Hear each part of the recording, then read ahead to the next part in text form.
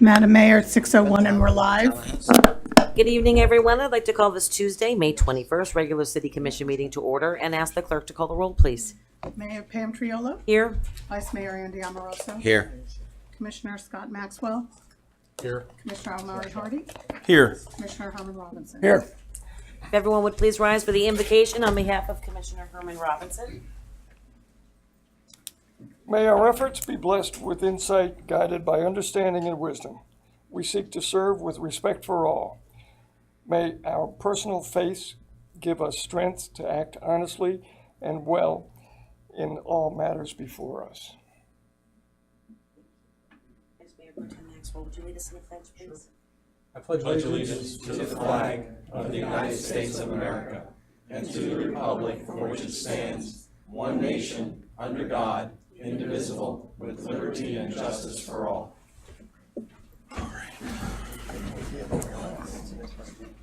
All right, are there any delicious, Yes. any delicious additions? Additions, deletions, or reordering? No, Madam Mayor. Okay, then we shall move on to presentations. First up, a post-legislative update from Senator Lori Berman. Welcome back. Good evening, Madam Mayor, Commissioners. I think that Representative Silver is on his way, but I'll go ahead and get started on the update. So we did pass a budget, a balanced budget. It only took us one day later, so that's a pretty good record for us to only have to go one day beyond our. Is this on? Can everyone Yes. hear me? Okay. So the budget is $91 billion. So it's a very big budget, exactly. Yeah. It is pretty shocking how big our budget continues to grow, but we do continue to get people moving to the state. I think it's something like a rate of 900 people per day. So our budget continues to grow. We had some good things in the budget. We put more money for mental health spending in the budget. We put more money per child for education in the budget, about $273 more per child, so I'm really happy about that. We put a fair amount of money toward the environment. We put about $673 million toward the environment. A substantial part of that goes to Everglades restoration. I think $100 million goes to Springs restoration. So we are working on that issue, and I think that's something that should be I'm pretty proud of. I did vote for the budget because I thought overall we did a good job of figuring out how to handle things. I was a little disappointed in some of the projects, including for Lake Worth. I know I worked very hard with our lobbyist, Richard Pinsky, and we really tried to get money for the Ocean to Energy project, and we weren't successful. But I think we need to continue. It's such a great project. It's such an amazing thing, and I think it can be transformative. So I'm still excited about it, and we'll see what we can do in Tallahassee. This year, we didn't get any money for the Lake Worth Lagoon initiative, and we had the money in the budget on both the House and the Senate side, and they took it out. So we'll continue to fight for those issues. I do like to always give you the preemption report. And unfortunately, I have to say, this was a pretty bad year for preemption. It really was. So I'll go over a couple of the things that we did. And soon, this is Glenn's second time, and I think we have his third time coming up, so he's going to be able to give this report after today. So one of the first bills preemption we did has to do with vegetable gardens. So you cannot regulate vegetable gardens in people's front yards. The city of Miami Gardens did regulate a vegetable garden. They went to court. They won the lawsuit. And in its infinite wisdom, the legislature said, we're not going to allow that to stand. So now you can no longer regulate any vegetable gardens in front yards. Also, if somebody gets an arboreta, if somebody from the International Society of Arboriculture to say that their tree is a danger to persons or property, you cannot have any say in terms of what they do with removal or pruning or trimming of that tree, nor can you require them to replace it if they actually do end up removing that tree because because they get an arboricultural statement. When I first gave this speech, I would have told you that you can't ban plastic straws, We did pass that in the legislature, and the governor, I'm happy to say, vetoed that bill. So you can still ban plastic straws if that's something you want to do. An area that we talked about preempting and actually didn't, and we did some regulation in, is this micro-mobility, which is the scooters that are on the streets. So we really didn't do preemption. We did a little bit of regulation, saying things like they have to get them off the streets before there's a storm. They can't require driver's licenses. My advice to you is, if that is an area that you want to regulate, that you're thinking about, do it now. Because I do believe it could be done on it might end up being done on a statewide basis, and there's a chance that you would be grandfathered in if you have existing regulations. So if that's something that you're looking at, I would do it now. We did a pretty onerous financial regulation bill for municipalities. And it says that your proposed budget has to be on your website 2 days before you vote on it. It has to stay there for 45 days.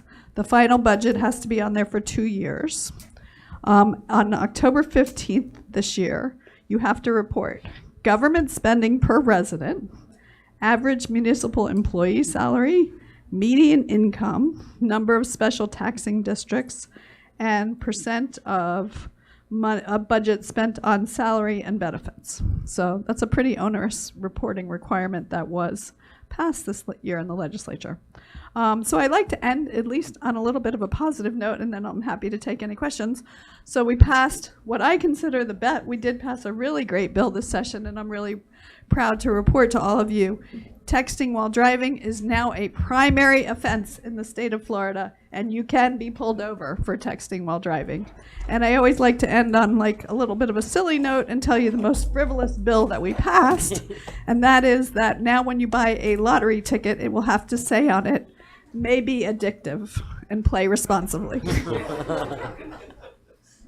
Yeah. So I voted against it.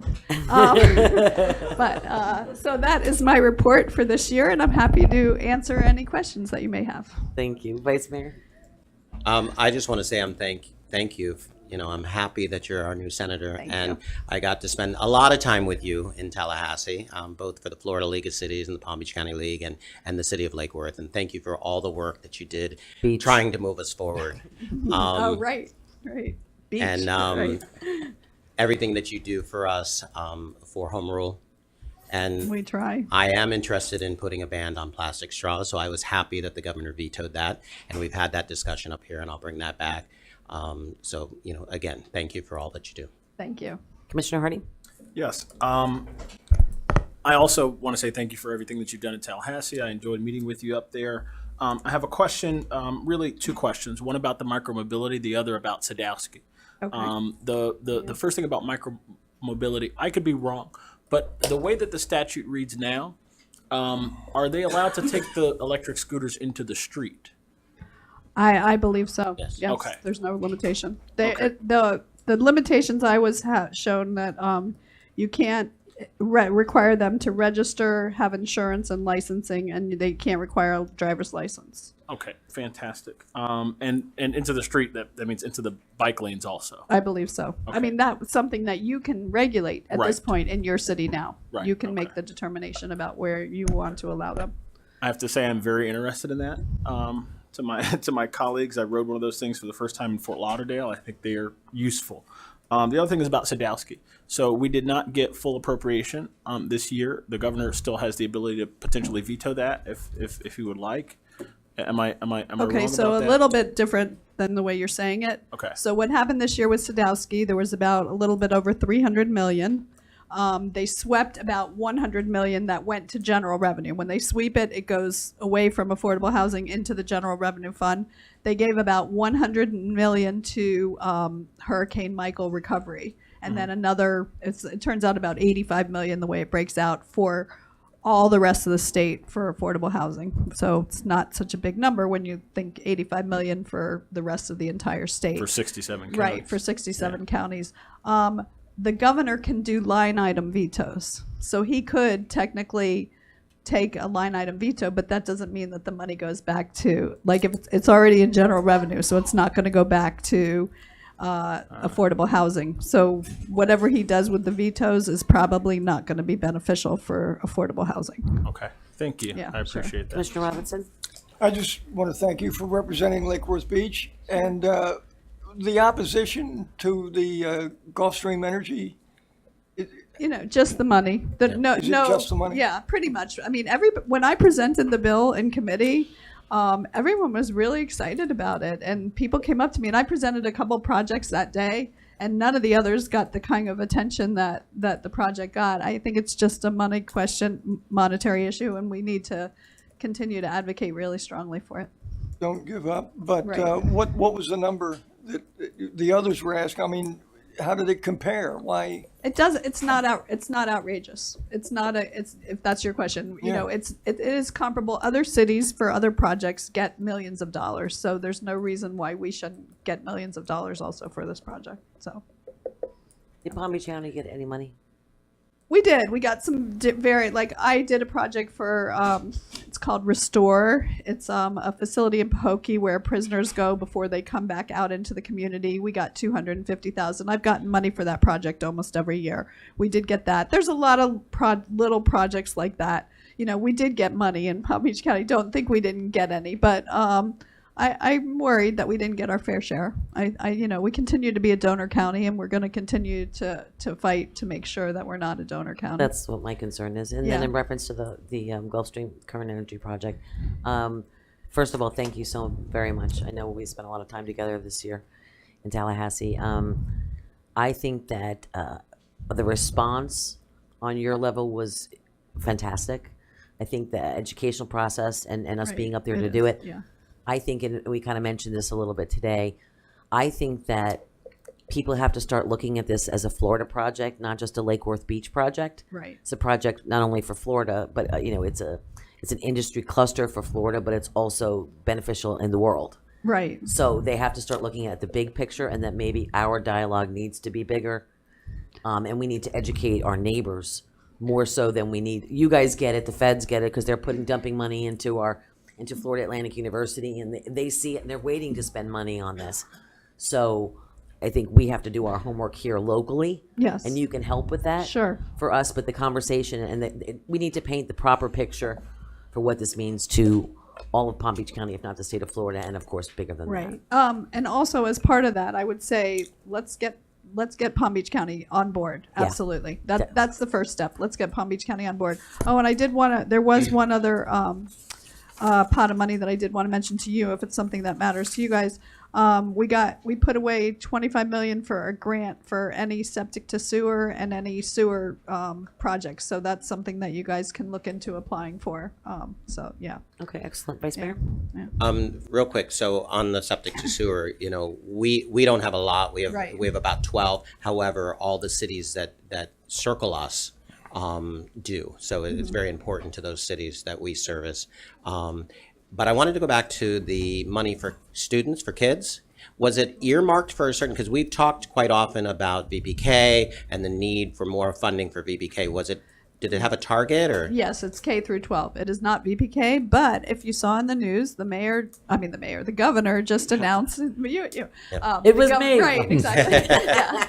The governor just announced that he's very upset with VPK in the state, and he charged the new commissioner of education to go to figure out how to get more funding and better VPK in the state. So I'm really positive about that. I'm really happy that he is focusing on that issue now. The money that we did was pretty much K through 12. There are some public schools that do have VPK, and I guess maybe they get some extra from that, but a lot of the VPKs are run privately at this point. Yeah, and in the city of Lake Worth, all our schools right now are Cs, and we struggle, and the conversation is always around VPK. Yeah. So, moving forward next year, maybe we can do something for VPK. Great, wonderful. you. Thank All you so right. much. Thank you Appreciate so it. much. I'm so honored to represent Lake Worth Beach. Yay! Thank you. And now my colleague is here. Representative Zilvers, welcome. Welcome. Sorry, I'm late. No worries. Apologize for being a little late. Is this on? Yes? All right, good. Mayor, Commission, thank you for having us, myself and the Senator. Really quick, I came in late, so I apologize, but I don't know, did you go over the whole governor and the whole new cabinet or not really? Oh, okay. Preemption. Oh, home rule. We've been fighting for it. Just really quickly on this year as opposed to the last 2 years. Being that we have a whole new cabinet, pretty much a new governor, a new ag commissioner, Nikki Fried, big fan, and we have a new attorney general. That it seems to me, and I think the senator could maybe, I don't know if you feel this way, but it seems like they're still trying to get their feet wet, still trying to figure out their job. They've been on the job for 4 months now. And the governor has signed some really interesting legislation, and he's vetoed a bill that I'm a little surprised that he vetoed. And I think you may agree, yeah. Oh, you did? About the preemption bill on the straws? I never would have thought in a million years that this governor would be as pro-environment, but it's great. Asking for $625 million for water restoration for the state of Florida, that's a first. I'm in favor of that. I think that's great. We got to protect our waterways. We got to protect our land. But some of the legislation, like arming teachers, is something that I oppose, and I believe the senator opposes that as well. Okay, just making sure. All right, just making sure. So it was an interesting session. And with our new speaker and the new Senate president, it was interesting to see how they kind of worked together. In the last term, we had Senator Senator Negron and Representative or Speaker, and now Commissioner Corcoran. They were a little bit at odds, whereas here we had a little bit more. They seem to be gelling a little bit better, getting along. So we'll see what happens in the next next session. And this year I was able to pass some legislation, which for a Democrat, as the Senator knows, it's not easy. Got 3 pieces of substantive policy passed, and I'm just waiting for the governor to sign it. One is a priority for the Board of Governors that controls the 12 state universities. It's HB 595 that extends the medical amnesty legislation that was passed in 2012. This legislation extends out to alcohol. So if you're under 21 years old and you see someone who may be experiencing an alcohol or drug-related overdose, you call 911 for help. You won't be arrested for possession. And the reason why this was such a priority for the Board of Governors is that they had several students on campus pass away because people were afraid of calling for help. That's a problem. And then they asked me to run this legislation. I was honored to run it, got it past both chambers, and that is waiting for the governor's signature.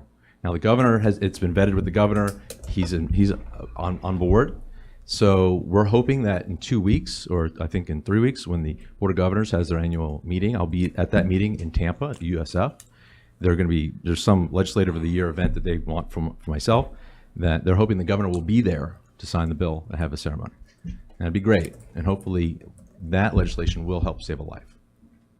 And then my passion has been mental health. Passed a piece of mental health legislation my first year in the legislature in 2017.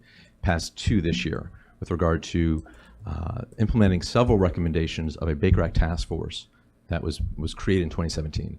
And one of those main components was creating a statewide suicide prevention school program. So if you want to be a part of that program, you have to have you have to have 2 professionals who are proficient, or medical professionals that are proficient in a mental health instrument to help determine if someone may be exhibiting signs of perhaps suicide, thinking of suicide. So we were able to pass that in both chambers. I did that with the help of Senator Bobby Powell, which I'm very appreciative of. And then I also had another piece of legislation that followed that. It was a public records exemption. But usually public records exemptions are not major bills, but this one that followed this bill was quite important. And a lot of people don't realize when it comes to mental health, maybe someone needs that help.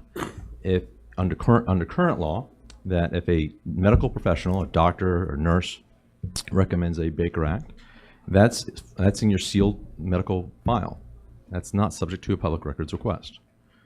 It is if a judge makes that recommendation. This would prevent that. It would exempt that. I think that's extremely important because I would think now more people will be seeking help than if they didn't. And then, so that's about it. Do you have any questions?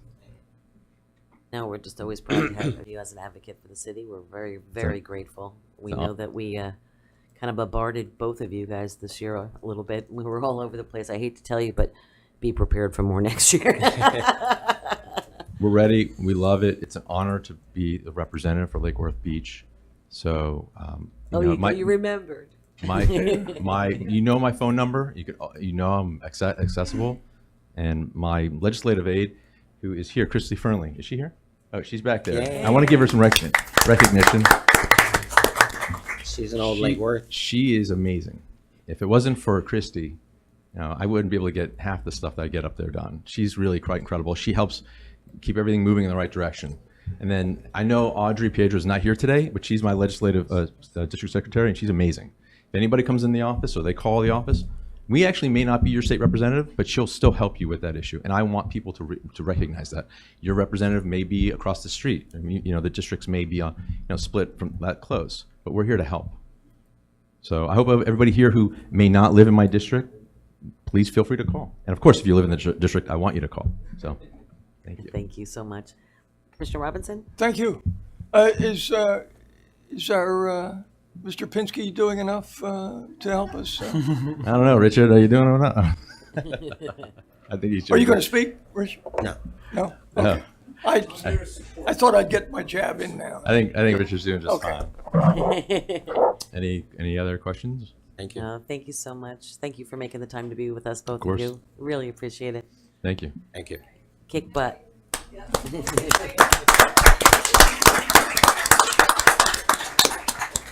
So very mayorly, right?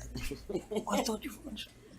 I'm always ready to speak, but I'm here to support our representative. I know that. There you go. Okay. All right, up for our item C in our presentations. Presentation regarding community greening by Mark Stivers. Thank you, Mayor, Commissioners. I'll be very brief. The presentation tonight is going to be given by Community Greening, and with that, I'll introduce Mark Cassini, who is the co-founder of Community Greening, and just say that I am honored that I met these guys when I was working down in Delray Beach. Keep it low. But they have an incredible work that they do, and I was so impressed with the ability I had to work with them down here when I came up here to Lake Worth Beach. Absolutely jumped in getting them up here, so I think you'll be pleased with the work that they do. So with that, Mark, I'll turn it over to you. Okay. Good evening, Mayor, Commission. I'm here with Matt Shipley, and 3 years ago we co-founded Community Greening, and it was really because, what we really wanted to do is get the public involved in improving the environment. We knew there are many ways to do this, and one way that's really effective, and it's something that you can improve the environment for people and nature, is by planting trees. So there's worldwide campaigns for planting trees. There's ones in the EU, there's ones in Australia, there's ones in many major cities. So we wanted to do that here in Palm Beach County. And so there wasn't one Alliance for Community Trees member from the Arbor Day Foundation that is in Palm Beach County. So we set it up. We worked with the Arbor Day Foundation, and we basically started a nonprofit from scratch, which now has 5 employees, and we're looking at like a $500,000 budget for next year. So we've raised a lot of money, and we've done that through just a collective effort of community and of foundations, from also from the state forest office that we've received money from, and from just kind of from community support. So, and it's really been us working with all different groups, from schools to cities to businesses, to improve the tree canopy in every city. So we're really excited that we started working with Mark and Delray, and we're really excited to work in Lake Worth Beach, especially since you've been a Tree City USA now for 15 years. And we'll just tell you a little bit in the time we have about some of the programs and projects we have. So, I mean, we know all the different benefits of planting trees that like we've talked about. I won't go all over them today, but, even as far as reducing crime, decreasing biodiversity loss, reducing your energy costs, improving your property values is a big one. And so we learned that the tree canopy correlates with income and minority levels. So that's when you talk about this unequal distribution of eco benefits, which is happening all over the country. Higher income neighborhoods have more tree canopy. So they might have lower asthma rates in that area, or they might have less flooding in that area. All the things that trees are doing people that have higher incomes are benefiting more than people from lower incomes and more minorities that live in those neighborhoods. So what we've done is we've focused on those areas with low tree canopy. And we learned that, like in Delray, when we started, a couple of the neighborhoods where we were working in had a 15% tree canopy, unlike the other neighborhoods that might have had a 47% or 40% canopy. There's a huge difference. In Lake Worth, you have a citywide canopy of 27%, and you can see a lot of those goals on the right-hand side there, goals of different cities around. So there's definitely room for improvement, even though you have a solid tree canopy at the moment. So Matt will tell you a little bit about some of our programs that we have. Yeah, sure. Thank you for having us, by the way. We're very excited to be working in Lake Worth Beach. Thank you. And it was actually really fun to listen to everybody shouting beach after Lake Worth. I didn't know that was a thing until we got here, but that was great. So our programs that we've come up with is kind of like our menu that we'll go to different cities with. And this all came about very naturally. It was kind of what the communities wanted and what the cities wanted themselves. So we basically turn it into our 4 programs, which are park plantings. And this is a really good way to increase the tree canopy on open areas and not have to worry about messing with infrastructure or, falling on people's homes or falling on cars or whatnot. So it's nice when you're talking about biodiversity for certain trees, because you can really use a large range of trees when it's either our green spaces or our parks. And we also like to do residential, which is where we will get a grant and we can go out to actually do we'll go do word of mouth with the community members and find out who actually wants trees at their homes, and then they get to pick from a list of trees, and we go and plant those trees at their homes. We always call 811 beforehand, and when we're working with cities, we have a 2-year maintenance agreement so that we're actually taking care of the trees until they're ready to go on their own, and then the city will take it off of our hands from there. But after those 2 years, they're doing really well. And then also we do what we call our green space transformations, which is kind of what you're looking at here. And this is where we'll take an empty lot that's non-conforming, so it won't be developed. And it's usually a place that's being dumped on, it's an eyesore, and we'll go around the community and first ask if they would like to see a change in that spot, if they would like to see it turn into a place where they could go and pick fruit from the fruit trees. And Did you hear that, guys? Fruit trees? Fruit trees? Fruit trees. Fruit yeah, so trees. this particular one, we call it the Community Grove. And what we did was actually go around the town and ask the neighbors what they would like to see in there. And it turned into this whole history of fruit trees in Delray Beach. So that's kind of what happens. It just sparks interest in everyone that we talk to, and they get really excited about the idea of putting fruit trees that they remember when they had as kids into a place that is a dump. And so this is actually really successful. And we have a contract to do one in West Palm and also in Boynton Beach this coming year. They came out and saw this and really liked it. And then our last program is tree giveaways. So we'll actually set up shop at a certain place, at a park, or at, we've done it at Grandview Public Market in West Palm. I don't know if anyone's familiar with that, but we'll hand out about 50 native trees and 50 fruit trees to anybody that wants to come and get them. And then also we're huge on education, so we do career days, we do talks for all different kinds of organizations. We're happy to come to meetings like this, and we'd love to do actual meetings with the communities. So if there's a certain community meeting and they want to know about the work that we do, we're more than happy to come and give a presentation on the work.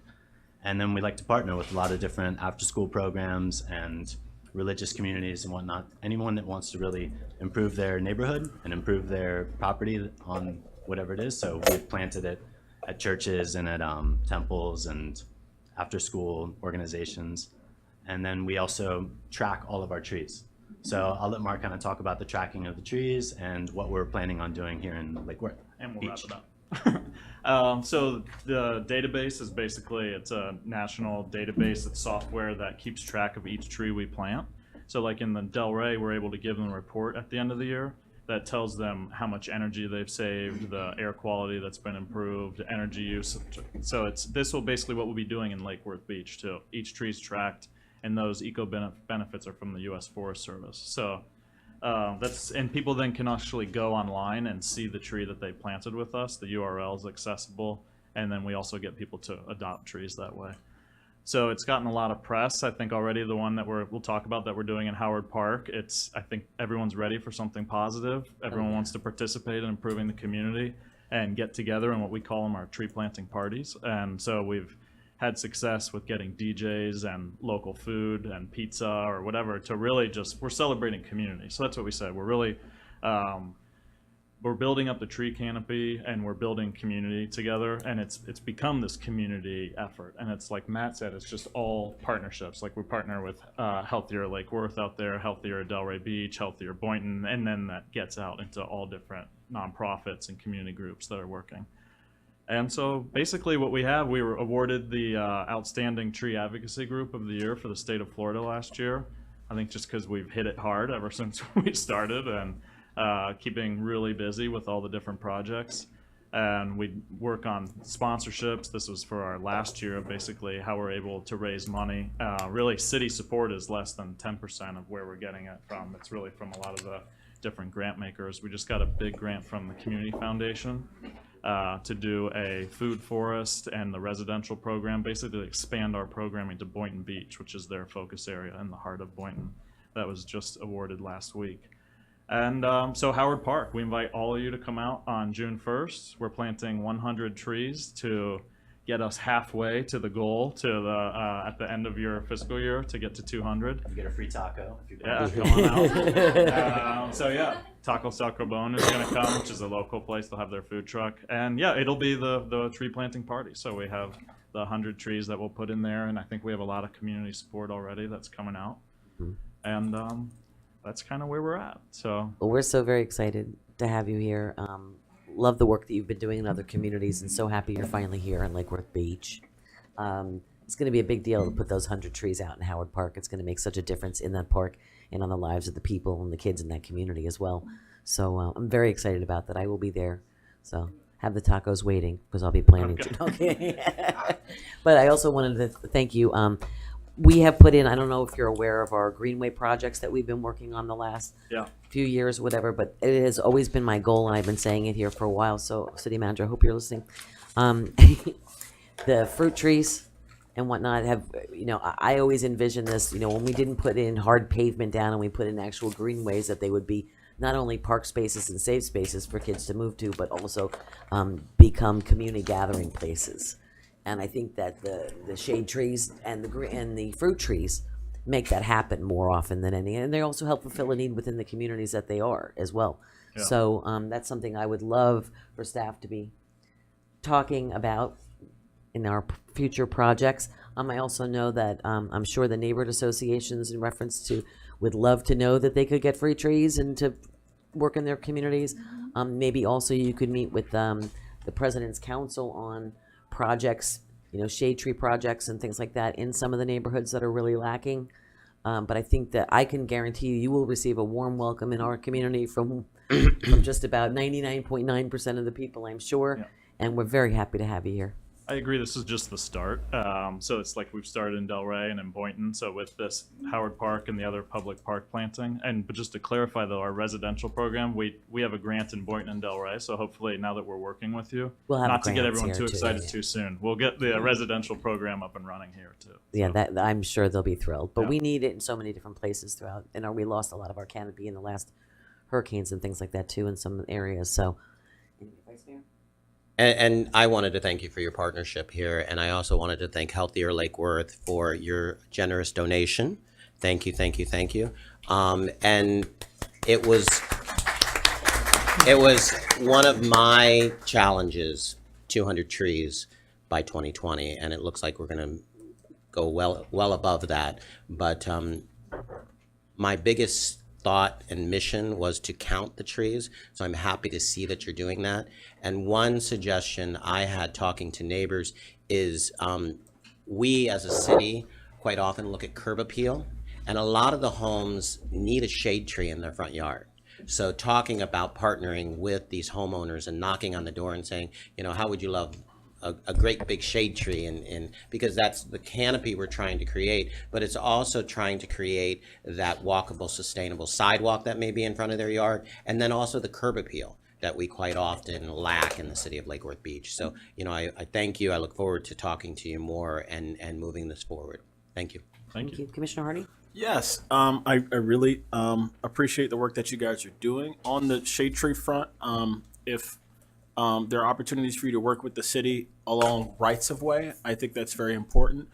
People who frequent our chambers or who watch our videos online understand that I think it's really, really important that we shade the sidewalks so that we can enhance the walkability of our community, decrease the urban heat island effect, all of that, right? There's so many benefits to that. So if there are any opportunities to do this along rights of way that people use to walk to and from different places, I would very much appreciate it if you would work with the city on that. If you want to do an experiment, walk from this building noon on a Saturday or a Sunday through the downtown on Lake Avenue in particular, because Lake Avenue is the avenue in the downtown that lacks shade trees. Lucerne has tons of shade trees. Lake Avenue does not, right? So if you were to walk noontime from Dixie to Federal, you'd be sweating by the time you get to the end. If you do that on Lucerne, you would not be sweating for that exact reason. And there are so many places around the city where that's the case, and we can enhance the walkability of our community. We can get people out of their cars a little bit more. We could do our part to stem greenhouse gases and all that stuff. We just put shade trees different places along the rights of way. So I would ask that you work with the city on that, and I would ask that the city work with you to identify places where that's possible. Thank you so much for the work that you do. It's great. No, we've been working with Mark Stivers and David McGrew, and it's been a great working relationship. So we're just really looking forward to see what comes out of it. That's exactly what I was going to say. Is they've been so nice to work with, and you all have seemed like you have such a good thing going here, and we're very happy to be here. Thank you. Thank you. Can we do it on Lake Avenue or is that FDOT? It's still only palm trees there. Just kidding. Sorry. You are. There's going to be a gavel thrown at you. Yes, we're going to work on that. I think it's getting the right trees in the right place. Planting just any tree, getting a tree that's too big, starts out working really well, then it starts becoming a hindrance and getting in the way. So it's working with the experts like these guys here. Right. And they didn't know, they brought Nate on, he's a master arborist and just a great addition to the team. And so having this level of expertise along with Dave McGrew, our own expert, is really putting us in a great spot to make these kind of changes. Can we do it? Yes. It's just a matter of doing it right and doing it the right way. Mr. Robinson? Love trees, but it seems to be all focused just in that one area. Is there the next step, is Plan B to go out into residential or what? I mean, that would, I guess, be a question for the city as far as where they're gonna direct us. But now that we're here and we have a relationship with the city, as far as like going for grants for residential, that would be the next step, and we'd be happy to do that. Good. All right. Thank Look you so forward much. to it. Thank you so much. Thank you, Mark. Okay. Mr. Stivers in my office. No. You guys want me to give you each a proclamation so you all can read one? Here you go. 1, 2. Go down and read. Go down and read. Okay. You like to go down. Do we have anyone here for our proclamations? Yes. Okay. I'm coming down. Does it cool down in here a little bit yet? Not really. Not really. Felt a little cooler. I feel a little bit. It's a historic Coming structure. down.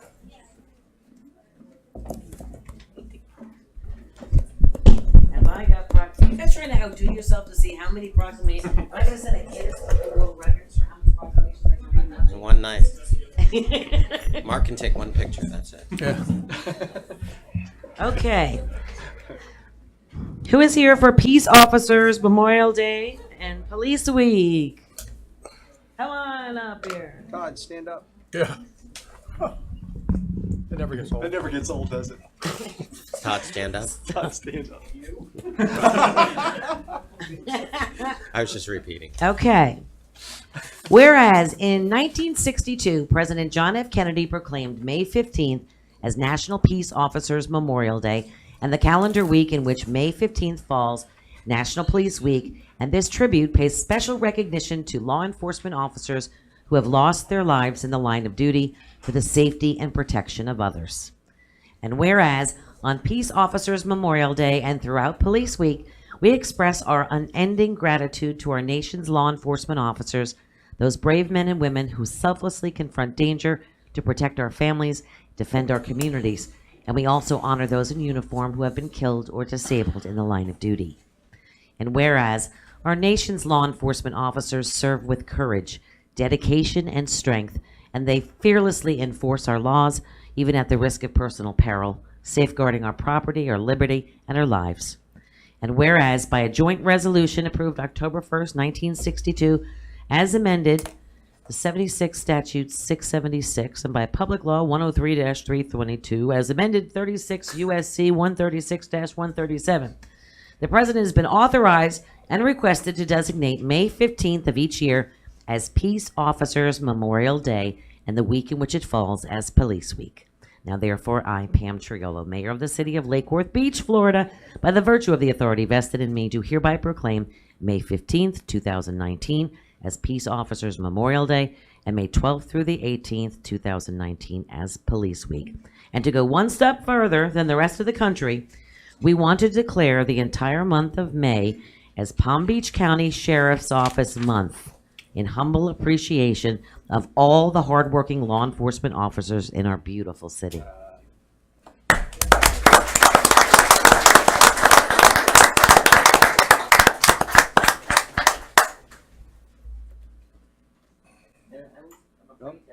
Ham sandwich.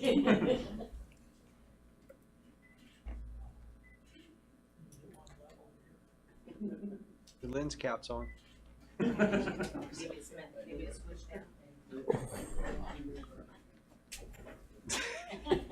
Thanks, guys. Thank you guys very much. Okay. All right, next is Mental Health Awareness Month. Is there anyone here for the proclamation? Here we go. Come on up. Green on. Get your green on. Oh, is it time for green? For green. Get your green Where's my on. green? Where's my green? Got your green on. Where's my green? Get your green on. You're not putting it on? You're just straping it? Straight. I'll do it for one. Quick change. Okay.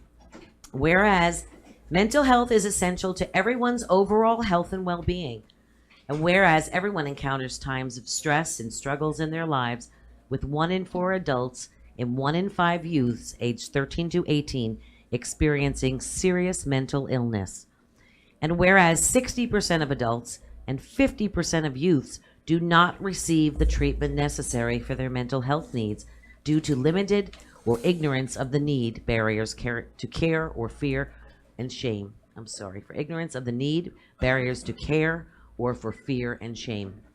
And whereas research recognizes that adverse childhood experiences, which include but are not limited to physical, emotional, and sexual abuse, physical and emotional neglect, household dysfunction, untreated mental illness, incarceration of a household member, domestic violence, microaggressions, and separation or divorce involving household members are traumatic experiences that can have a profound effect on a child's developing brain and body and can result in poor physical and mental health during childhood and adulthood.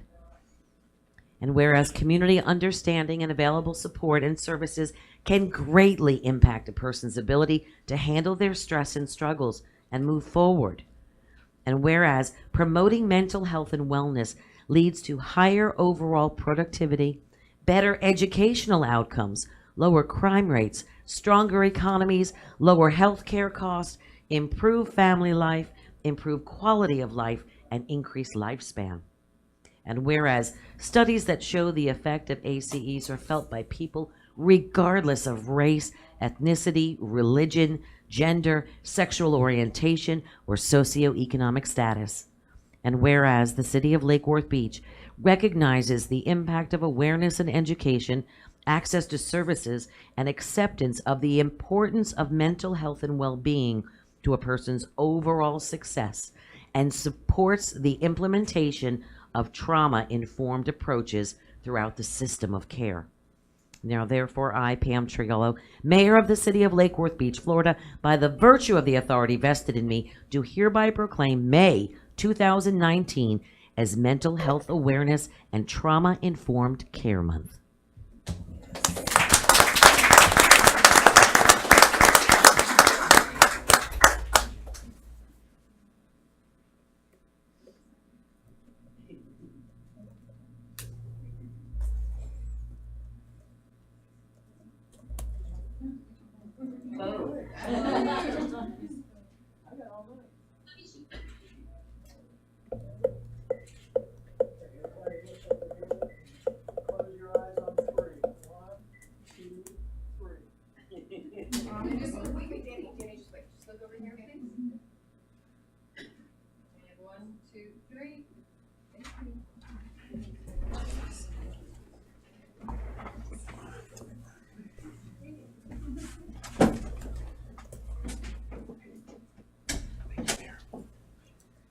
Okay.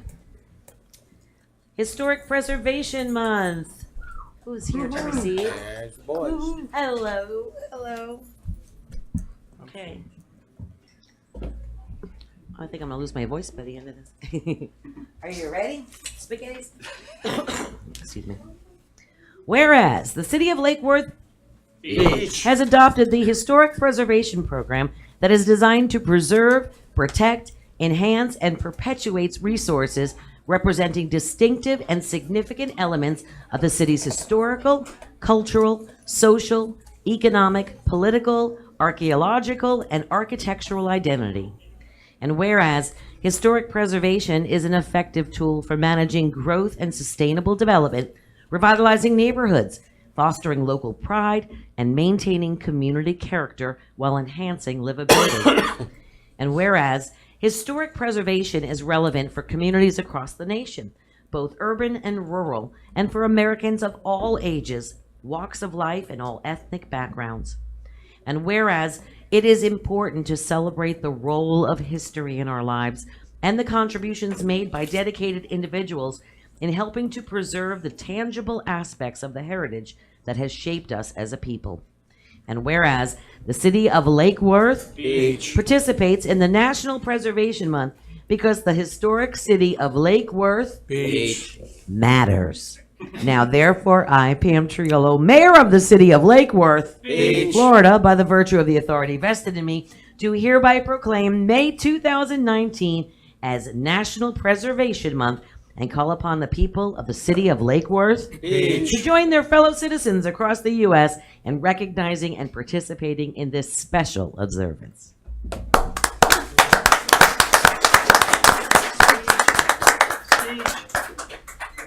Speech. Oh, no.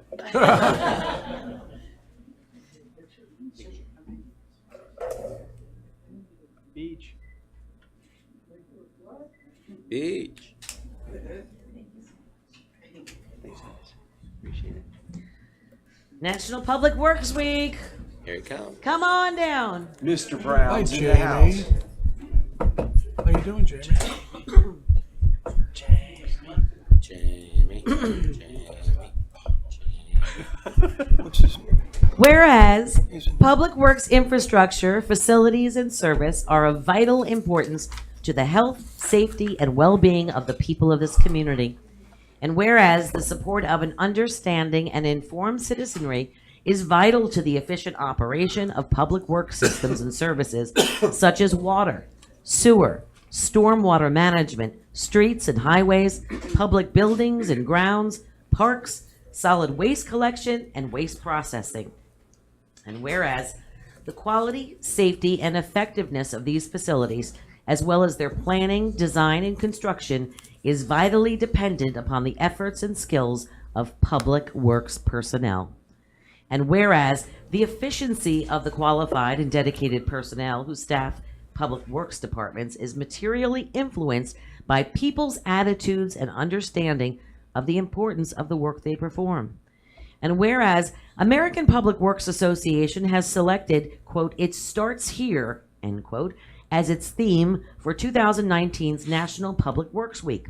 From disposing of solid waste to building roads and bridges or planning for and implementing mass transit, public works services determine a society's quality of life. Communities depend on public works, and the men and women of the profession are always there and always ready. Now, therefore, I, Pam Triolo, Mayor of the city of Lake Worth, Florida, by the virtue of the authority vested in me, do hereby proclaim May 19th through the 25th, 2019, as National Public Works Week.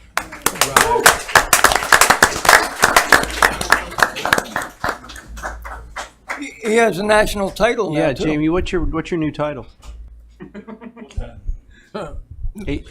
And it comes along with how much of a pay raise? APWA. He's not listening to us. He's ignoring you. A national title? Tell everybody what your official title is now in the state of Florida. Oh yeah, so for the APWA, American Public Works Association, Florida chapter, which is the second largest chapter in the nation behind Texas, I am now the vice president. So Thank you very much. I appreciate it. We will continue to tear up everyone's roads and annoy everyone, but it's coming very, very good. It's coming along well. So thank you very much. Thanks, Jamie. Okay. National Beach Safety Week. Yeah. Hey! May is a busy time. Okay. Whereas the beautiful coastal and inland beaches of the city of Lake Worth represent a world-renowned recreational resource. And whereas residents and visitors alike are drawn to our beach by the millions each year for water and beach activities. And whereas the aquatic environment has dangers, particularly rip currents, that can be effectively managed through public awareness and the vigilance of professional lifeguards. And whereas, for reasons of public safety, an annual reminder of the joys and hazards associated with the aquatic environment is appropriate at the commencement of the busy summer beach season. And whereas, residents and visitors alike must remember, learn to swim, swim near a lifeguard, swim with a buddy, check with the lifeguards, use sunscreen and drink water, obey posted signs and flags, keep the beach and water clean, learn rip current safety, enter water feet first, and wear a life jacket. Now, therefore, I, Pam Triolo, Mayor of the City of Lake Worth, Beach. Florida, by the virtue of the authority vested in me, do hereby proclaim May 20th through the 27th, 2019, as National Beach Safety Week in the city of Lake Worth, Beach. and urge all residents using our beach to enjoy themselves at the beach this year while taking appropriate measures to protect themselves and their children.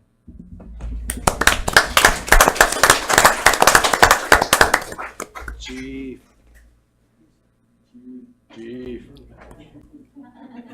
Harold's going to have to add another page. This week. Happy he won't have to do any writing. Lauren, you want to give a speech, right? No? Doug? Speech? Doug? Thanks, guys.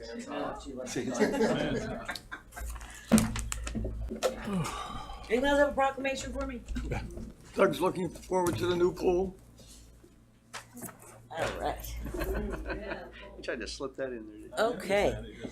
Quiet in the chambers. Quiet on the dais. Moving on to commission liaison reports and comments. Commissioner Hardy. Sure. The first thing I'll say is I just want to remind everyone here, and I'm going to say this every time we have a regular meeting between now and the 25th, is that on June 25th, we will have a workshop. One of the topics on that workshop will be whether or not we should legalize accessory dwelling units, which are those little cottages in the backyards that some people call mother-in-law suites. They are currently illegal throughout most of our residential acreage. I certainly would like to legalize them. And to that effect, I have something for my colleagues and for the people in the audience. The AARP has come out in support of ADUs, and they came out with this wonderful thing called the ABCs of ADUs. So it's very succinct. I'm going to give one to each of my colleagues here. And if the Sergeant at Arms is in the building, or if Mark is in the building, any resident who is interested in information about this, there are probably like 11 or 12 of these. So if you're a resident of the city, in particular if you're a single family homeowner and you would like to get a little more information about it, feel free to have it. The other thing is there's some people here who are probably going to speak about an issue at Holiday Park Mobile Home. So I've been talking with some of the people who translate for the residents of Holiday Park Mobile Home. The city manager and I have had some discussions about this along with our attorney. There's an issue there with sanitation and with sewage, which is backing up into people's facilities in their home and which is spilling all over the ground. And so my hope is that we can put some pressure on the owner of the park to address that issue. I understand that people have come here and spoken to us before. I understand that people have sent us individually some emails. I hope that we can get some action on that front, and that when we get some action on that front, I hope that we can prioritize the person with the resources who is the owner of the park. And that, I think, is important. That's all I'll say. Okay, thank you. Vice Mayor Pro Tem? Thank you, Madam Mayor. Not a whole lot. I did have the Go ahead. Did have the opportunity to attend the 14th annual My Teacher, My Hero Awards at the Convention Center over the weekend. It was my first time in attendance, and I was very, very struck by what I saw there and what's going on at Inlet Grove High School. Is it high school? And the work that Dr. Emma Banks and others have been doing over the years in terms of providing scholarships for children throughout Palm Beach County who maybe had been written off on some level early in their educational lives, and have risen above that and really gotten to the point where they're all graduating from high school, they're getting scholarships and becoming really solid citizens in our community. I was really impressed with all the teachers. They probably honored, I don't know, 25 or so teachers. The program went on for about 3 hours. So there was enough praise and accolade to go along for a lot of folks. And the enthusiasm that I saw from the folks in the audience, and there must have been 500 or 600 folks at this dinner, was just overwhelming. So I would encourage all of us to, when we have the opportunity to assist a teacher or a school, that we take that opportunity and remember that at the end of the day, it's the teachers that are helping build and shape our country as we go forward, because it's the youth that will come up from behind us as adults that will carry on the good work that we need to carry on in our local communities. So I was very, very pleased and happy to have made that dinner, and I intend to go every year from now on and do the very best I can to contribute what I can to financially. The other thing I want to say, just as you all know, we're coming up on Memorial Day. A lot of people take it as an opportunity to take a 3 or 4 or 5 day weekend, and that's great.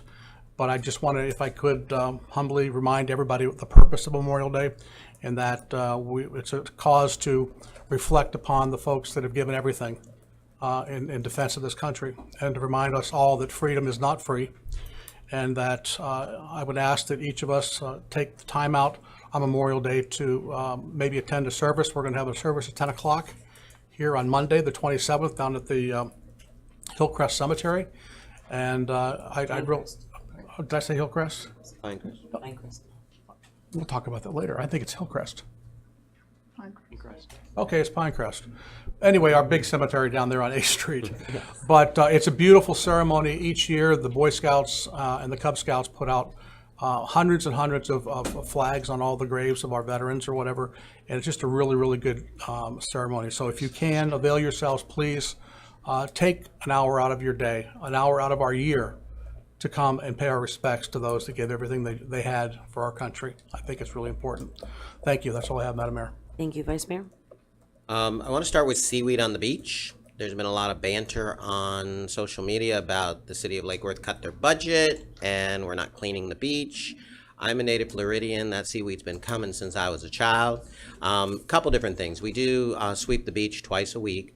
However, the seaweed is there for other reasons too. This time of year, there's a lot of turtle hatchings, so we need to be careful what we do with the seaweed.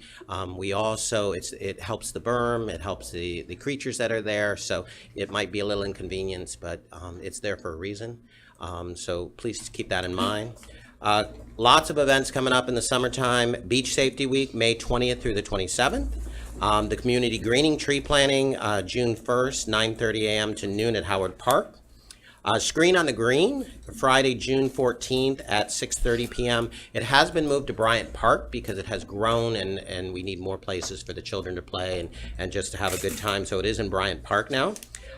Beach cleanup and dive against debris is June 11th, 9 a.m. to 1 p.m. Also, Sacred Heart will be out with their seniors on Tuesday at 8 a.m. Cleaning the beach. And June 7th, Lake Avenue Block Party. Again, it's bigger and better. There's car shows. We actually closed down Lake Avenue. So make sure you put that on your calendar to come out and see us. Commissioner Robinson? Want to congratulate all the graduates of Lake Worth High and all the graduates in Palm Beach County, and thank the Dollars for Scholars for their many scholarships that they awarded. A lot of enthusiastic young leaders moving forward, going to college. I want to thank Richard Stowe for his leadership of the tree board, and Dave McGrew for coming out to emphasize how important trees are in our city. Leisure Services continues to bring out kids every weekend. The Haitian Day, the activity at Southbound Park, and Tropic Ridge was a big day. The budget is a challenge, and we need to understand that we need to balance the budget every year, and we should not just be emphasizing what we can have, but what we can in terms of income and underperforming assets. I don't understand why we don't have an agent under contract to market the investment that we have up there. We're continuing to make investment in our oceanfront park, and we have. I know it's a challenge to replace the people that are up there with other space, but we have 5,000 square feet of storage area that's being used by, say, 5 desks. We have, I'm sure, a marketable second floor that could be incorporated by one operation. And I'm hoping that there's going to be a lot of interest in operating the new pool area. So I would hope that that it's a consensus that we have an agent, or at least just put out a proposal to get an agent under contract to market the city for income. We have other assets that need to be marketed. It's part of our budget. That's all I want to say right now. I want to thank everyone for coming out. Earlier, right before the meeting, we had our proclamation for Tree City USA. We were chosen for the 15th consecutive year of being a Tree City USA member. So we can be very proud of that. And that happened right before, of course, our greening presentation of the city as well. So a lot of great things and a lot of great trees going up in the city. Thank you all for being there. I had this past week the TPA, which is the former MPO, and it's a lot of letters. It's basically the people that decide where all the money that goes to the county is going to go to the roads and projects throughout the county. Whenever we put this is always a very disheartening time for me, because you hear a lot of conversations about impact fees and monies that we pay out for projects, millions and millions of dollars of new development, new projects that happen in our city. These businesses that come in pay impact fees, and those monies go to the county, and the county uses them for infrastructure projects. It's supposed to be coming back to us at some point, but very few dollars, if any, ever come back to us. We were fortunate to get that Batwell Road project, was probably the first one in 30, 40 years that we actually saw. But that's not, as people continue to move from west to east, we've got a lot of wear and tear on our roadways and things, and we need dollars to be spent here. When we talk about, a lot of people don't realize Federal Highway is not, we don't own it. Dixie Highway, we don't own it. Those projects, when they get repaired, even Lake and Lucerne and downtown, we don't own it. That's FDOT. So it's not that we're not doing something about it. They're not doing something about it. And we need maintenance and improvements and things that happen. So I'm constantly a bulldog at those TPA meetings for trying to get dollars spent here. And we're starting to see them understand the importance of those monies that were planned in 2000 to go out to mega highways out west. They're starting to realize that those people don't want the mega highways, and quite honestly, the eastern communities haven't been fixed in a very long period of time. Much like our infrastructure that we're addressing with the money that you guys have stood up to pay for the road bond, guess what? They need to step up and start realizing that the eastern communities are. So I continue to advocate for that. Didn't see any major projects in the upcoming area. Only thing I did say was that I think we're finally closer to having our bus return back to the beach.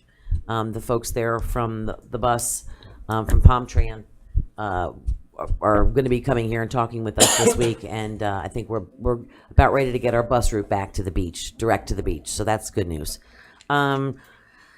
Things coming up, we're going to have our long-range transportation plans. I'm going to continue to try to get things in the measure, and we will have our Dixie Highway conversation in the summer of this year. What the business community would like, what the neighborhood community would like, and what Complete Streets looks like in Lake Worth on Dixie Highway. So get ready for notices on that. Sunset Ridge, Kids to Go, incredible. Lots of kids flipping around in those clear balls where they get inside the ball and then the ball just keeps going. I was going to try, but I didn't want to hurt anybody. It looked fun though. They just had a great time. Our department is just really reaching out, and these Kids to Go projects happening for them on it's like usually 9 to 1 or 9 to noon in all of our different parks is quite astounding to see how many kids actually come out to these things. So kudos to you guys. Also got a chance to be a part of the Haitian Flag Festival. Normally we raise the Haitian flag on Haitian Flag Day in front of City Hall. This year, we chose to do it at Howard Park, which is getting 100 trees, which will be a lot nicer for next year. But we did it down at Howard Park on Saturday, and what was maybe 15 people that showed up in front of City Hall was now close to, 100 people that showed up down at Howard Park, so that was really cool. We didn't have a flagpole, so that was the big challenge. How do you raise a flag at Haitian Flag Festival when Howard Park had no flagpole? So thanks to Public Works for stepping in with a bucket truck, and we took that flagpole higher than it's ever been before in its life. And let me tell you something, they were thrilled, absolutely. It was quite a spectacle, and we had such a good time. And I saw tears of joy from some people that have been away from their homeland for a very long period of time that were very excited to see the Haitian flag raised in that capacity. It was a potluck, so of course, I brought 2 trays of baked ziti out there that I cooked in the middle of the day. But there was plenty of food for all, and we look to hopefully make it bigger and better next year. A lot of good positive response of having it at Howard Park. So I hope you'll all get involved next year and help be a part of that too. Let's see. Also, after that, Saturday was a busy day. After that, went over to the beach club. Crossing for a Cure has chosen the city of Lake Worth Beach. once again to be the site of its biggest fundraiser of the year. They raise money for cystic fibrosis. I think it is cystic fibrosis. I know Piper's Angels and these little kids that are all involved in it. What they do is they actually paddleboard, canoe, kayak from the Bahamas to Lake Worth Beach's shore. They start at 1 o'clock in the morning, and they get over there about, I don't know what it was last year, about noontime or whatever they come across. And it was maybe 40 participants last year. After last year's event, 250 entries are in already for this year. So this is going to be quite a big, huge event. And they have chosen us. They have been in other cities before. They said that our staff made them feel most at home. It gave them the best ability to do it, and the accommodations and putting up the tents and having it's going to happen right on our beach on Father's Day weekend. So I hope you will all bring your families out and come out together and welcome these people that are coming from all over. And I want to thank our lifeguards, because last year I think there were a number of our own staff of Ocean Rescue that were part of this and actually came. I forget how many They're miles. going to do it again this year. They're doing it again this year too. So we'll be literally welcoming them ashore after they've been paddling all night long. So I hope you'll all be a part of that again. It's Father's Day week, and I'm sure more info will be about that. But thank you to them for choosing Lake Worth again Beach, and for making us a part of something really special. All right, it's really hot. Holy cannoli! All right. All right. Public participation of non-agenda items and consent agenda items. Please, I see some new names and new faces. When you come up, just say your name and your address when you come up, and then and we don't go back and forth, so you'll just just read. And if you go longer than 3 minutes, we're gonna say thank you. You're gonna hear a little buzzer, and just know that that's your time that you are allotted to talk is 3 minutes. Okay? We changed it from 2 minutes to 3 minutes, so it was a little bit better. All right, Nick Palugi, close. I should know better with a name like Triolo than not pronounce that right. Sorry. And John, it's the writing. It wasn't the. And John Gorin afterwards. Garvin? Garvin. Yes. Nick, sorry. Okay. So I had this whole angry statement, but since Omari's already addressed the Holiday Park thing, I'm just here to support them. As you guys already know, they have a bad sewage problem. It's been going on for a long time. The city has known about it since at least January of this year because Lori Milano was out there and I saw her out there and residents came and talked to her and said, hey, we have the sewage problem. So, you know, code enforcement's already out there every day giving people fines for potted plants and peeling paint and small little things. They should be able to address this sewage problems. It's the main problem. So the Palm Beach County Tenants Union went ahead and hired a licensed plumber who ran a camera down one of the pipes and found breaks in the line, corrosion and grease. And, you know, he found a lot of issues that the landlord needs to take care of. And he has an assessment, which I'll give you after this, where he says the landlord needs to clean the whole system at least once a year to prevent this from happening. And he needs to address the structural things like the snags and things like that. So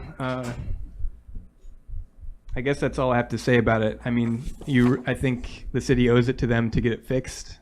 The city's known about it for a while, and they've reached out to the tenants union. They've reached out to other groups. They've reached out to the city. So I don't know why code can't go after the landlord for the sewage problem. So that's all. I'm going to give you the assessment from the plumber. Thank you. John Garvin, followed by Sue Welch.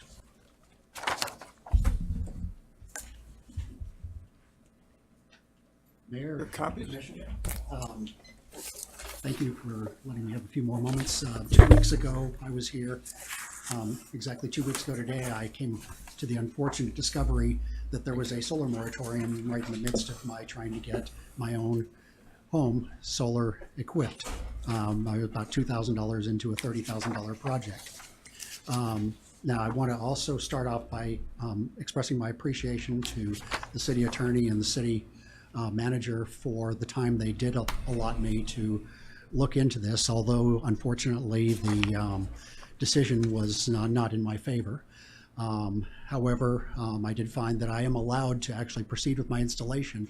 What is uncertain is whether I can actually hook it up once I'm done into the city grid, because there's just no definition as yet. So what I would like to say today is I'd like to ask that when you do start to consider the net metering agreement that you finally adopt, please, keep in mind that this is very often favorable to the city grid in that it's really producing electricity during the peak demand hours, actually taking strain off of our city system.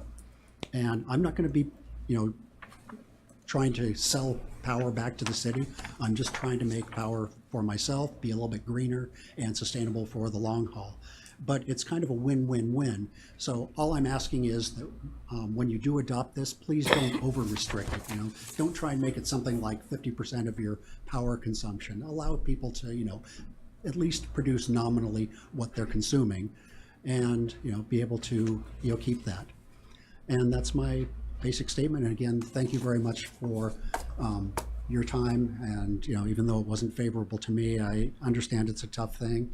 I honestly don't feel it was entirely fair. I thought I was sort of under the wire, but I have to abide by your interpretation. But please consider that when I'm ready to hook up in April, please try not to drag it on too late, or not April, but August. Try not to drag it on too long beyond the 4-month moratorium, because I'm going to be ready to run about then.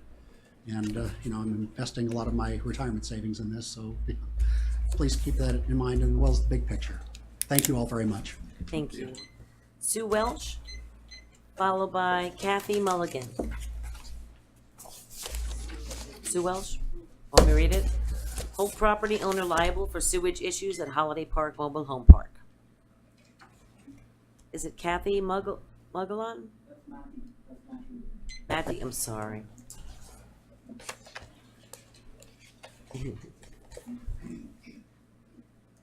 Hi, my name is Matthew McLean. Address, I'm sorry. I'm here to address the sewage problem in Holiday Park. So last January... I'm sorry, your address, please. The sewage issue in Holiday Park.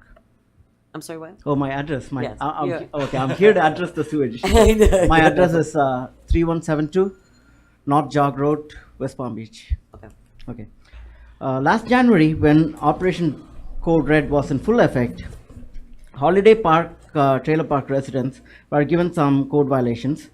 These were for overgrown hedges, plants, and holiday lights. They also had to remove addition to their home, something that will cost this working class family thousands of dollars. And also, the city didn't have any bilingual staff or resources to assist people to fix their issues. However, the residents have been dealing with sewage issue for a long time. The basic sanitation has been compromised. All tenants of apartment buildings have the right to a habitable and healthy living space, and landlords are required by law to fix problems that affect this habitability. Many of these violations of these buildings could result in fines or even jail time. Landlords are responsible for broken lines, and they are supposed to use trained and professionals to fix these problems. However, this problem has been going on for a long time. If you go to Google and Google this property and find all the reviews, you can find years of complaints about basic plumbing, and the plumbers who come to work there have been rude to the residents and have not been fixing the problem. The fact that this issue was not added to the agenda, despite legal aid being in touch with the city and a legal aid lawyer was supposed to speak on this issue, raises a lot of red flags, especially about the commissioner of that particular district. This is, a video has been surfacing online about a meeting between city commissioners from last January, and one of the commissioners making the statement, and I quote, "We can motivate sellers using law enforcement and code enforcement," unquote. So the fact that, code enforcement has been used in a discriminatory fashion and had been causing a lot of hardship on the residents, and a huge sewage issue has been going on for a long time in a trailer park, and the city has not intervened, and city hasn't even issued a code enforcement violation to the property management, raises a lot of eyebrows. So also I would like to address this Lake Worth home buying program for artists that's been recently introduced. This is a classic move for gentrification. You have to stay on the item. I'm sorry. Go ahead. No. Go ahead. Please go ahead. Continue. My fault. I'm just trying to address the fact that our diversity is what makes us great, and the fact that we as a community have serious concerns that certain part of this community has been being pushed out of the city. That is the part I'd like to address. So regarding the artist home buying program, artists move under invested areas, and what happens? Property values rise, rapid development follows, and art studios turns into restaurants and turn into big stores as increased housing costs displaces neighbors' long-time residents along with art pioneers. Thank you. Sorry, the two timers aren't working, so I'm using my phone. Oh, okay. Thank you, sir. Appreciate it. Okay, so I think that you as a city officials need to intervene, and we as a community are watching you. Thank you. Is Aviva Asher want to talk or want me to read it? Read it? I'm speaking in support of the residents of Holiday Park Mobile Home Park who have been seeking much needed support by the city to put pressure on the landlord to fix a long-standing sewage backup. Michael Chase, Black Fox, followed by Javier Del Sol. Good evening, Madam Mayor. Michael Chase, Black Fox, 1609 North D Street, Lake Worth. As part of a plan to help grow business here in Lake Worth, we're in the beginning stages of gathering realtors, business people, artists, and investors. We're calling ourselves the Lake Worth Beach Welcomers. The idea behind this is for the purpose of reaching out to other communities in the larger South Florida region and attract potential owners and businesses whom have found themselves priced out of their own local markets. By sizzling the many good attributes of our city, then tying those into a relatable benefit to them as to why they should choose Lake Worth Beach. And while we may have existing economic development group interests from the city staff, the Lake Worth Beach welcomers may also serve as a parallel allied group which can operate more freely from the formal constraints while also enjoying ourselves by doing this. And for instances will be participation in events in the region by different members of the group, possibly rotating out so nobody gets burned out on having too good of a time. So we'll basically take our trunk show for Lake Worth Beach on the road to not only gain effective lead generation, but to build strong alliances, which would ultimately lead to home ownership, business development, and investment in Lake Worth Beach. What we'll need to get started from the city is materials, collateral, data on our city, how great it is, and possibly things to put up in tents that, you know, we may use to pass out to people. What occurred to me was there are people that are only 50 miles away in Wynwood that can never start their artist gallery, can never buy a home, because a home's $750,000 and an artist gallery is $20,000 a month. And as we've thought in the past, how as business people and entrepreneurs we can bring that to our city, I think the Lake Worth Beach Welcomers is probably going to be a pretty good answer for that. So we just want to make ourselves known. That's what our plan is. Thank you. Javier Del Sol, followed by Tammy Panza. Good evening, Javier Del Sol, 205 South L Street. I lived in the city for 42 years, and I've been a big advocate of the mobile homes here. They disappeared. I've always advocated for them because they're for the working class, the working poor, and it's affordable. If you want a good model of a good regulated mobile home, is the one on 12th Avenue South and 8th Street. I forgot her name or anything else. I used to be good friends with them. And it's very well regulated, clean, quiet, you know what you want, very economical. No problems, tax base, got your money. The other thing is advocated since the 1970s. I used to advocate for what I called it Gandhian houses at the time. There was no name at the time, but now they're called tiny houses. And we should, and this is, we should really look into that now. I bring it up because I think we're ready for that. Palm Beach County needs to, the state, Tallahassee, Palm Beach County, we need to move on that. We got empty lots that burn down because too many people, they burn down because the wiring. I watch them burn almost every night in the 70s and 80s. And we could put little homes there, well regulated, take care of the problem, and the property density takes care of that, cuts it off. The other thing about the seaweed, I've been here for 42 years. Most of the years I've gone to the beach almost every day. I ride my bicycle there, and I swim about 100, 150 yards every day, rain or shine, except for lightning. Even when it's 30s and the 30s or 40s, I'm swimming there. And my greatest reward is I pick up a big old bag, 25, 30 pounds, I put on my bicycle of seaweed, and I compost it and I mulch in my gardens. Oh, the delicious stuff I get in my garden. Good night. Thank you. Tammy Panza, followed by Richard Stowe. I wanted to speak a little bit in support of the accessory dwelling units. Tammy Panza, 160 North L, by the way.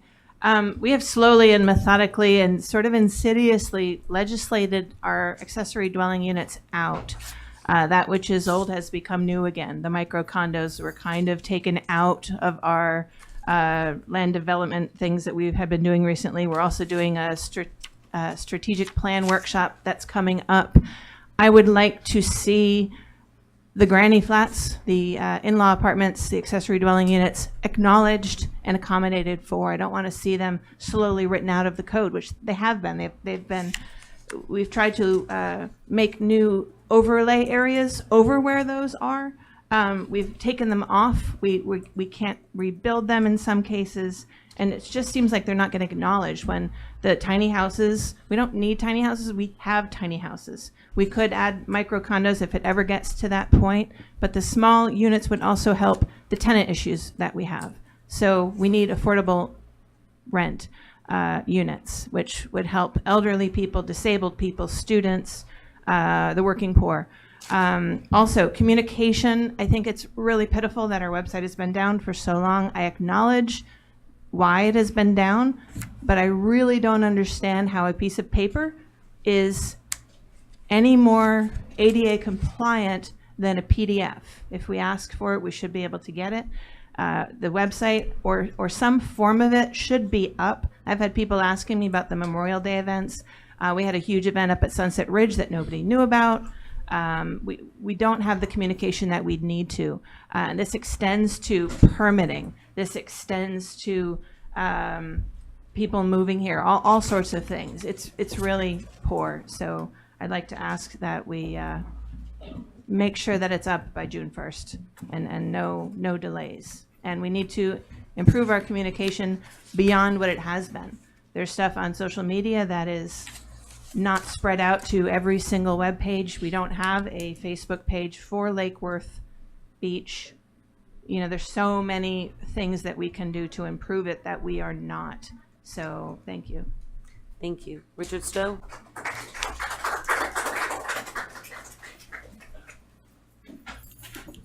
Richard Stowe, 414 North Federal Highway.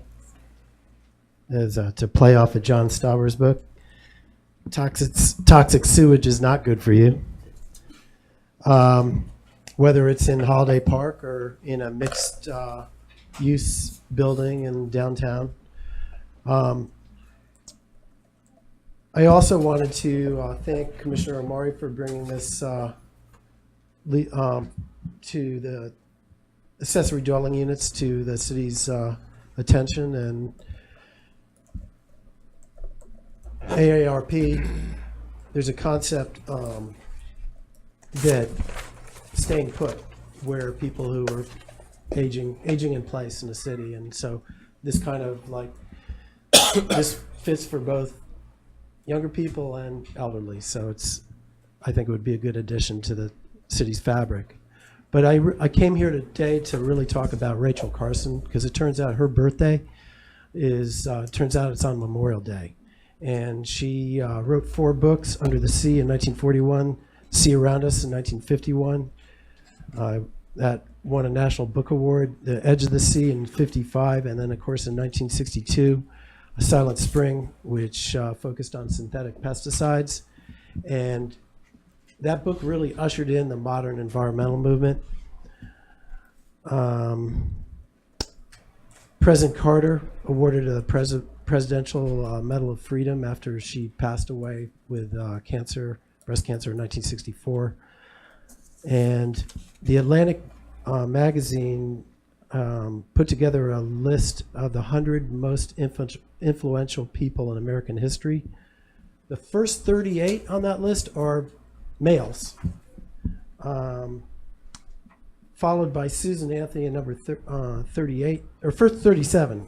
Susan Anthony number 38, and Rachel Carson is listed as number 39 on the list of 100 most influential Americans. So while we think about the servicemen who have served our country so well, let's think about the future too, and looking at our environment and the lessons that Rachel Carson put forth to us. Any more cards, City Manager? That's it, Madam Mayor. Seeing there are none, we'll move on to an approval of the minutes. So moved. Moved by the Vice Mayor, seconded by Commissioner Hardy. All those in favor state so by saying aye. Aye. Aye. All those opposed, motion carries unanimous. Consent agenda. So moved. Moved by the Vice Mayor Pro Tem, seconded by Commissioner Hardy. All those in favor state so by saying aye. Aye. All those opposed, motion carries unanimously. Moving on to new business, item 12A. Discussion regarding Commission rules of procedure brought forward by Commissioner Maxwell. Commissioner, would you like to take the lead? Thank you, Madam Mayor. The title of this item is a little misleading. I just wanted to use this as an opportunity to remind everybody of your comments most recently regarding Robert's rules and following the rules and the policy. And I thought it would be a good opportunity to request a workshop to deal specifically with rules of procedure and how we conduct ourselves. So that's really the purpose of this item, is to request a workshop to hammer out, if you will, are we going to use Robert's rules or are we not going to use them? Okay, and we can't say we're going to use them if we're going to abuse them. Correct. So I'm calling for a workshop to address that issue. Can we bring a Robert's Rules parliamentarian in to be a part of that workshop so that we can ask, and someone that is someone that is well versed in both the government side and also the business community side, so that we can understand how some of the basics happen, but also how they've been softened to try to spun. Yeah. But that's really the request. So I'm looking for a consensus of the commission to direct staff to set up a workshop as soon as humanly possible. As long as there is an expert present that's going to be doing it, not some staff member giving an interpretation of it. It's actually a parliamentarian. I'm willing to. Oh, that's fine. Yeah. You guys okay with it? Yes. Well, Commissioner Robinson? I understood Robert's rules as being a suggestion of the procedure. And if we already have a policy that if we're going to have a topic that takes longer than a half an hour, we go to workshop.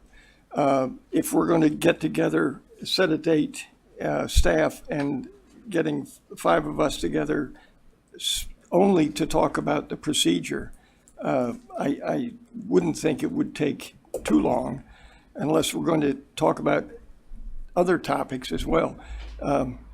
It's a worthy topic, and I'm all for a meeting that is run well, but I didn't think it rose to the level of having a workshop to talk about how we run our meetings. The calendar is full enough, and I didn't think it rose to the level of a workshop requirement. If we want to talk about it now, we could talk about it for half an hour, and if that's not satisfactory, then maybe we should have a workshop. But I'm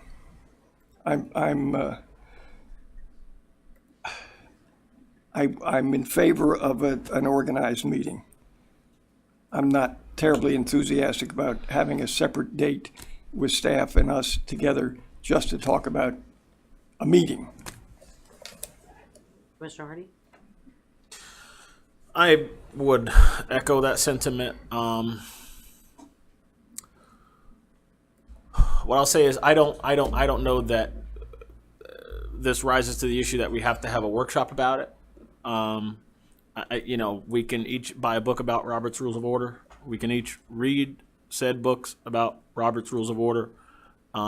And we have an attorney here for a reason. When we have had questions about Robert's Rules of Order, I think we have asked our attorneys, and our attorneys have given us advice.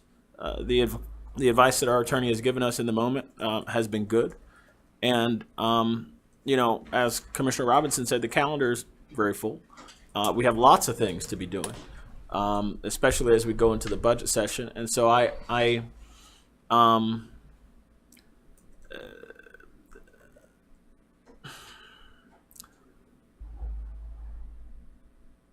just don't think that some of the disagreements we've had about this merits a workshop. I think that we might not like the way that certain people use Robert's Rules of Order. That's I think probably the case, but I think some of us should probably understand the difference between what the rules are and the way that we don't like how people use the rules. So we can have this indulgence. Sure, but I really don't think this is necessary. Robert's rules are not a mystery. They're readily Googleable.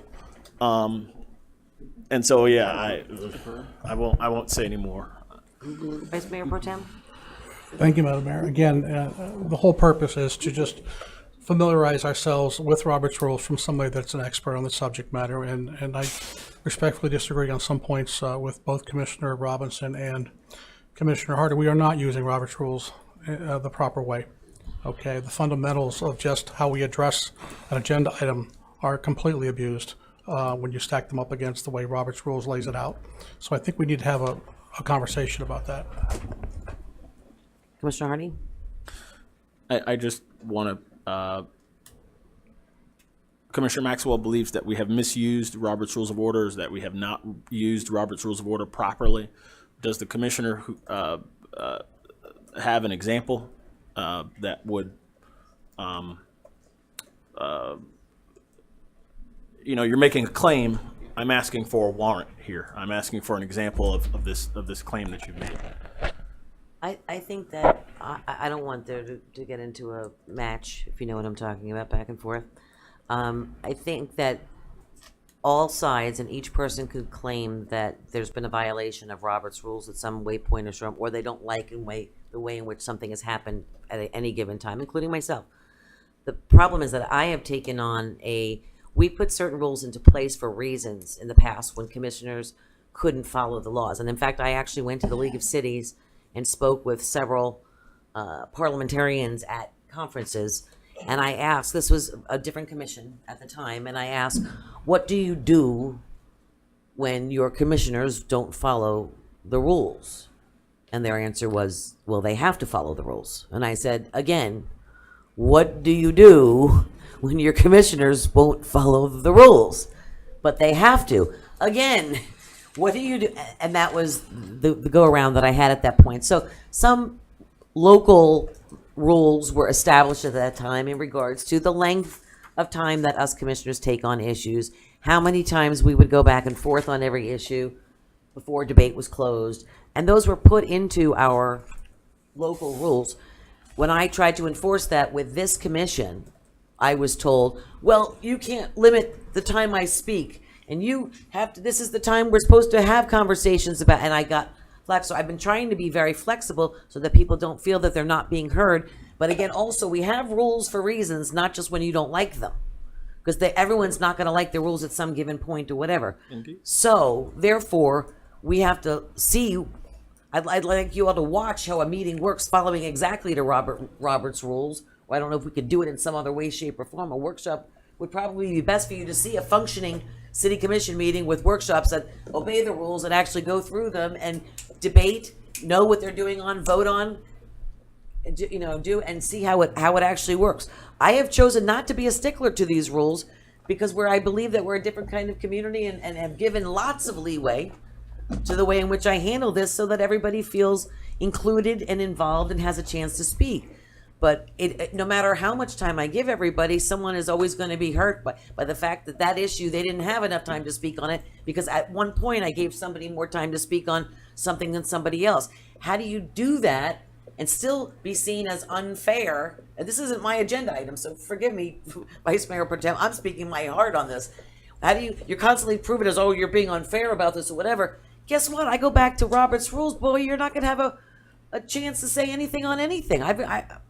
So, I want you to see how the process works. I want you to base just even the basic rules of respect and conduct in regards to asking and waiting to be spoken to and one at a time, and the time not talking over one another or debating with one another. Those are the very basic rules that we can't seem to follow on a regular basis.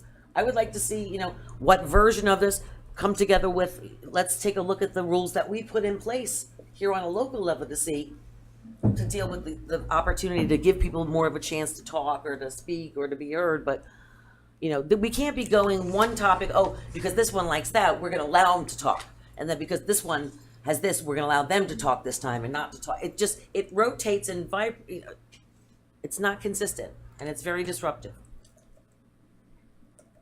And I look like being the bad guy, but you know what? I'm used to that. That's okay.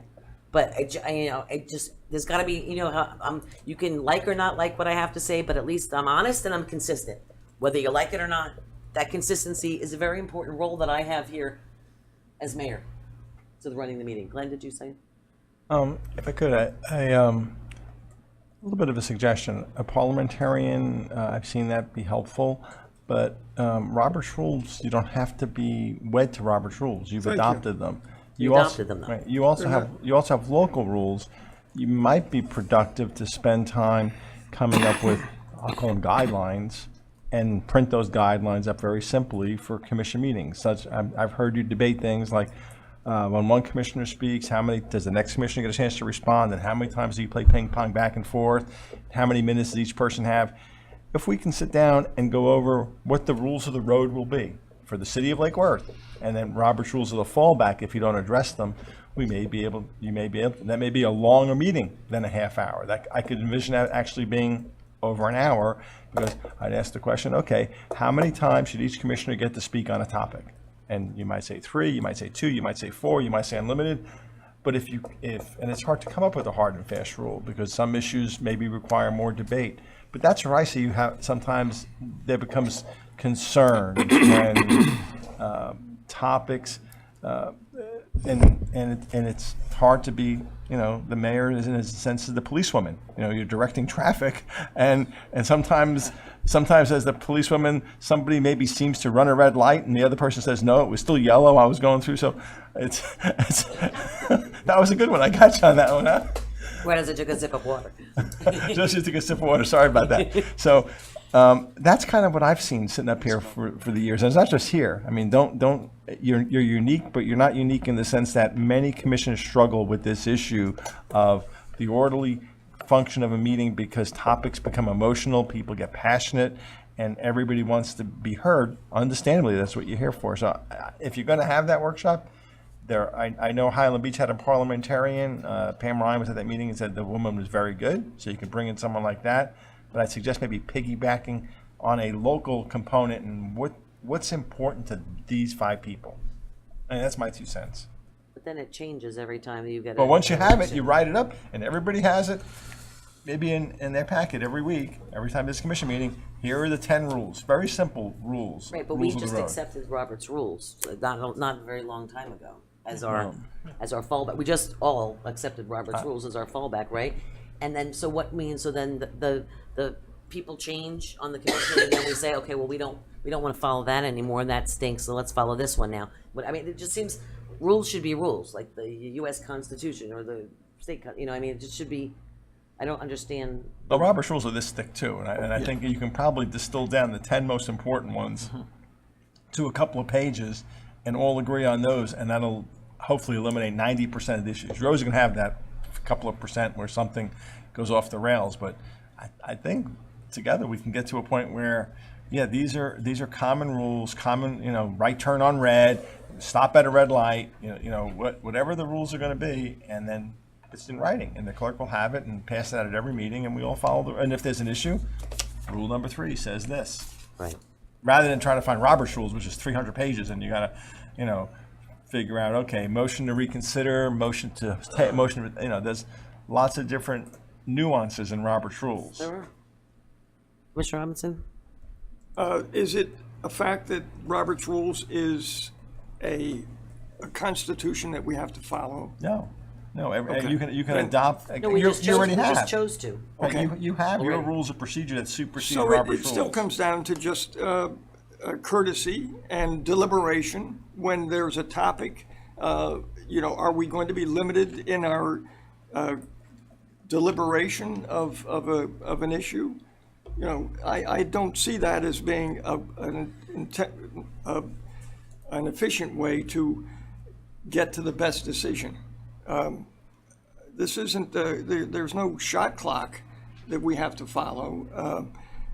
I would suggest that we have 10 minutes of presentations for lots of things. I would be glad to hear for 20 minutes before the public, I think, would be benefited by a 10-minute presentation on Robert's rules. And if we're not satisfied, then move to a workshop. But I just, I'm not looking forward to getting together and hashing over Robert's rules for more than half an hour. And I don't understand where the concern for talking too much is a problem. Well, we seem to have a problem. I'm sorry. Well, I like to listen to good debate and deliberation, and perhaps somebody else has a better idea. And that's what we're supposed to be doing as a body of five. We represent people, and we deliberate, to the best decision. If it takes more than a half an hour, then we go to workshop for it. But this concern of the meetings being an issue is I think a tad overblown.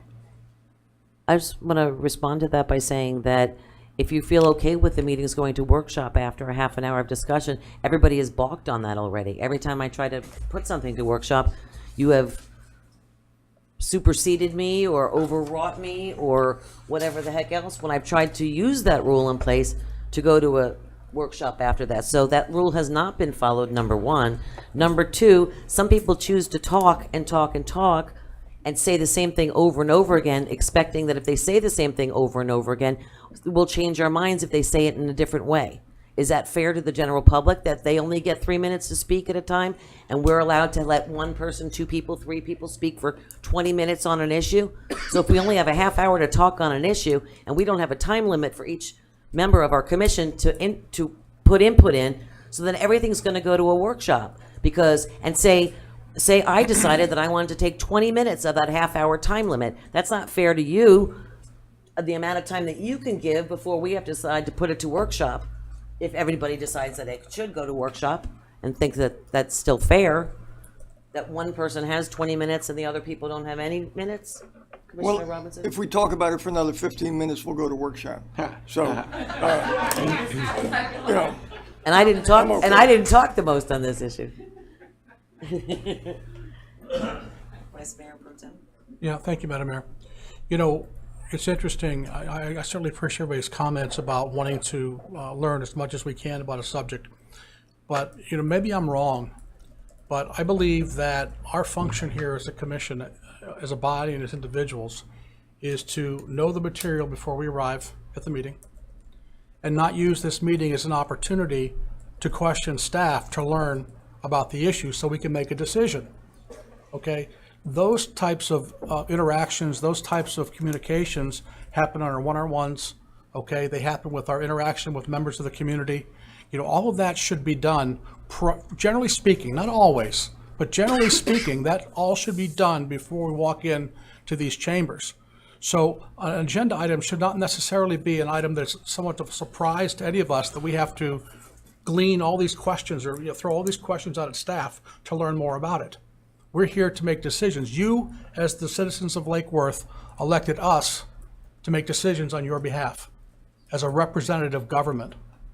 It's not an opportunity to come in and debate each other and to see who can get score the most points or see who can fill the chamber up with people. And, I just want to make that point very clear. And the most recent situation where you talked about the 30-minute rule, and you're absolutely right, Madam Mayor, what happened was they flooded the chambers with people. They burned up the 30 minutes. We were supposed to go to workshop, and that didn't sit well with one or more members of the commission. What did they do? They stomped all over your chair. Okay, after the decision was made. Okay, we need to get up here and show ourselves as being professional, informed, and ready to make decisions. That's really what the purpose of these meetings is. And to all your comments about dialogue and debate, that's all addressed in Robert's Rule. And I absolutely agree with you, City Attorney. We don't have to learn the 300 pages or whatever there are. That's not the point.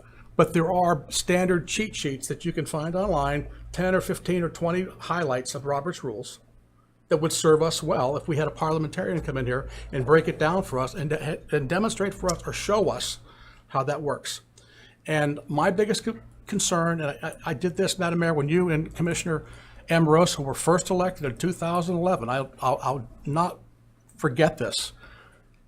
We used to have meetings in this room that would start at 6 o'clock and that would end at 2 o'clock in the morning. They would end at 2 o'clock in the morning. So everybody up here could sit there and talk and talk and talk. And most times they were talking on issues that were controversial, that they were trying to wear people out and wear them down. The people just threw their hands up and said, we don't really care. And when you get to midnight, the folks in the audience have all gone home. So that's where all the dirty deeds were done, up here at the dais. Okay, so it's a reason why you want to keep the meeting moving along at somewhat of a brisk pace. Okay, so Robert's Rule speaks to all of those concerns, and I think we'd be well served. So going back to what I said, Madam Mayor, I offered, I think it was the first meeting or the second meeting that you two had been elected, that we simply come up with a process to where the chair calls the item, and there is a process. Does anybody, of the four remaining commission members, anybody disagree with the agenda item? Anybody oppose it? Well, if there's no opposition for it, then why do we all have to talk about it? Why don't we have whoever's going to explain the item, explain it, and then take a vote? Why do we have to feel compelled that everybody's got to weigh in on every item that comes up? So that it's just a matter of good governance, good communication, and like I said, it's all about doing our homework before we get here and being efficient for the citizens in the public. Mr. Hardy? Sure. There are a few things that were mentioned, and I feel compelled to address them. Let's talk about the workshop rule, right? So it was said that we didn't follow the workshop rule. But if you actually look at the workshop rule, we followed it to a T. The rule says if we discuss something for 30 minutes, it goes to a workshop. Following that statement, there is the word unless a commissioner makes a motion to extend the discussion past 30 minutes. The motion is seconded, and then there's a vote on whether or not we want to extend the discussion past 30 minutes. That happened. Okay, now, there's another rule that says the chair gets to interpret the rules of the meeting. So there was a disagreement about the interpretation of the rules. Madam Mayor, as the chair, you believed that the motion must be made before or during the 30th minute. And that if the motion is not made before or during the 30th minute to extend the discussion past that, that all discussion ends and we go forward. Well, we had a disagreement about that. Also in the rules is a clause that allows a majority of the commission to override the chair if a majority of the commission believes that the chair has misinterpreted the rules. So everything that happened that night was perfectly in accordance with the rules. We might not like or enjoy the way that the rules were used, but to say that the rules were not used or to say that the rules were abandoned is not an accurate statement of fact. And if you were to ask our attorney, as our attorney was asked that night, our attorney did not disagree with me on that matter. Now, we can say that you can use the rules in a way that makes you, excuse my language, Madam Mayor, an asshole. I understand that. But at the end of the day, each of us up here has objectives, goals, things that we want to accomplish, votes that we want to take. And it's our job to use the rules in a way that ensures that the outcome that we have here expresses what we believe to be the majority of those of us who sit on this dais who represent the people in the city, the will of the majority here. And that's what happened on this evening. Commissioner Maxwell said that one or more persons didn't like that rule. It wasn't one or more persons didn't want to follow that rule. It was a majority of the commission that wanted to extend the discussion. So if a majority of the commission wants something, that's how democracy works, right? And so I just want to be clear. It was stated that the rules were not followed that night, and that's not true. And the people who are listening to this meeting, who are in this chamber and who are going to watch this meeting should not be told that the rules were not followed on that evening. Here's what else I'll say. There was another instance in which I asked the city attorney if I could make an motion before the meeting occurred. Okay, and that city attorney is sitting right there. I said, hey, can I make a motion to strike blah, blah, blah, blah, blah.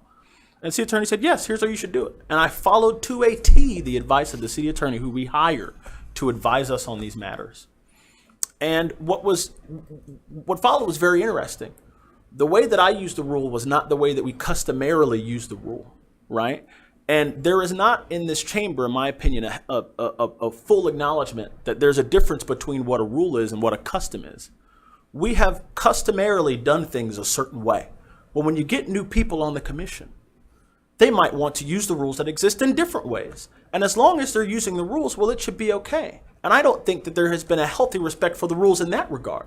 I think sometimes we are more wedded to the customs of this of what has happened up here on this dais, to the way that we have traditionally done things, to the way that things can be done under the rules. And I frankly would love to see us all respect the rules here, right? And that's another matter. Let's talk about interactions with staff. And I think we've gone past a half hour.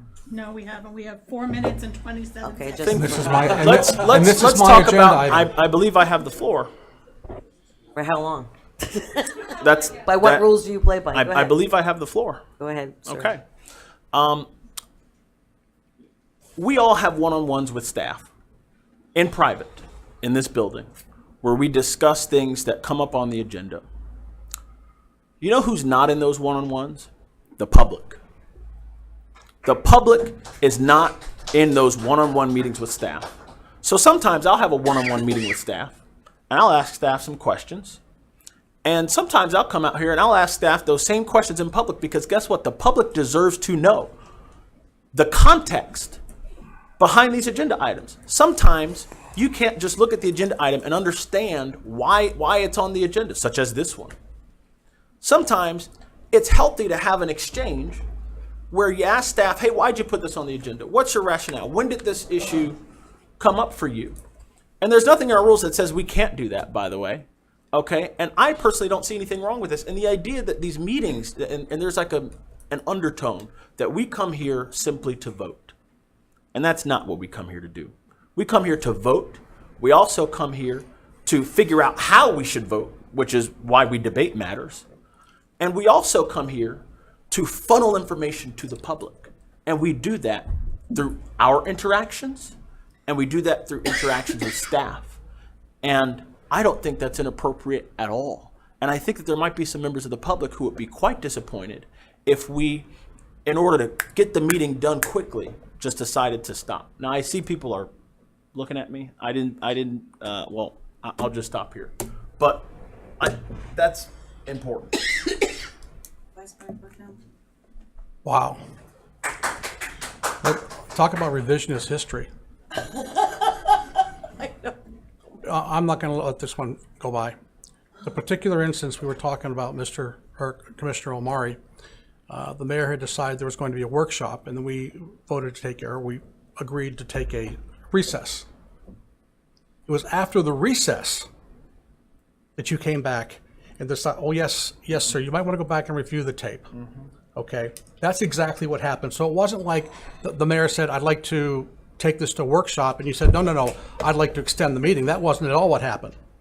We agreed to go a recess, and when you came back from that recess, that's when you decided that you figured out how to play Robert's rules, and you trampled all over the chair.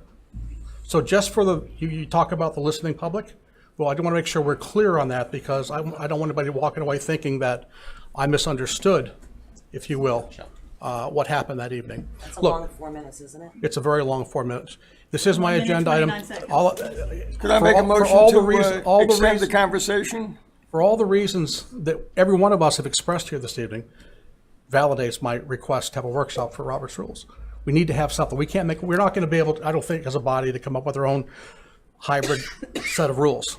We've proven that Commissioner Omari referred to them as being customs or customary. We've proven that we don't follow those rules.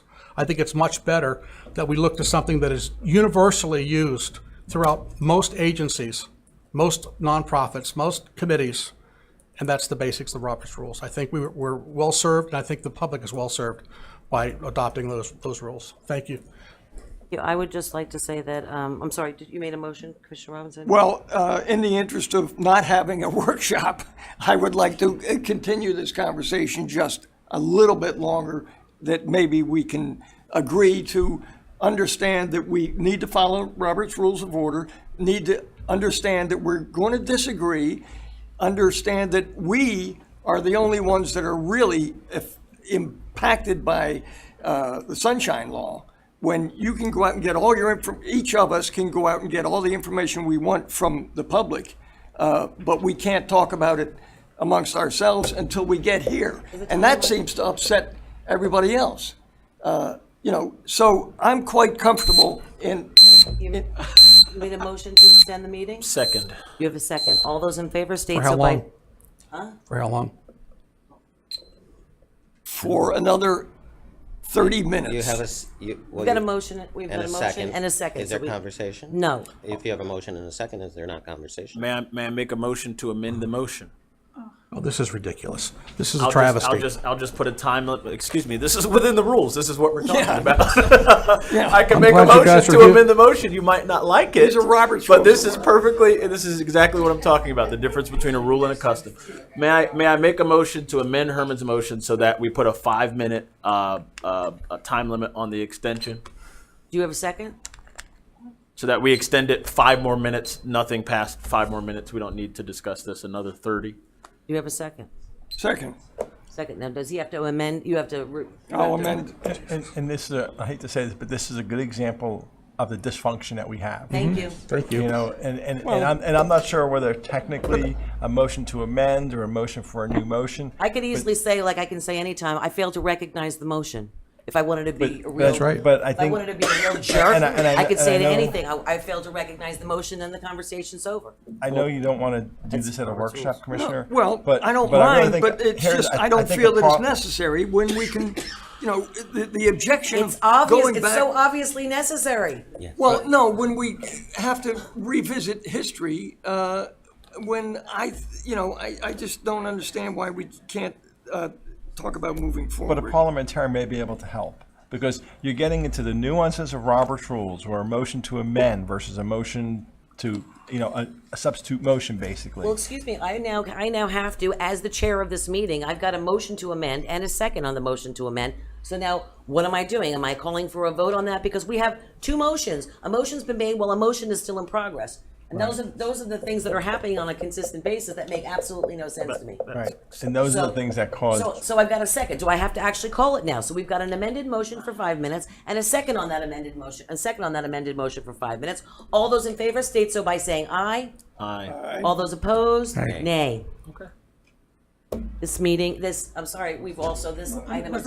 We still have to vote on the original The motion. original motion has a second as well. The original motion was made by Commissioner Robinson and seconded by, and that was without a time limit, seconded by Commissioner Hardy. All those in favor state so by saying aye. Aye. All those opposed? Nay.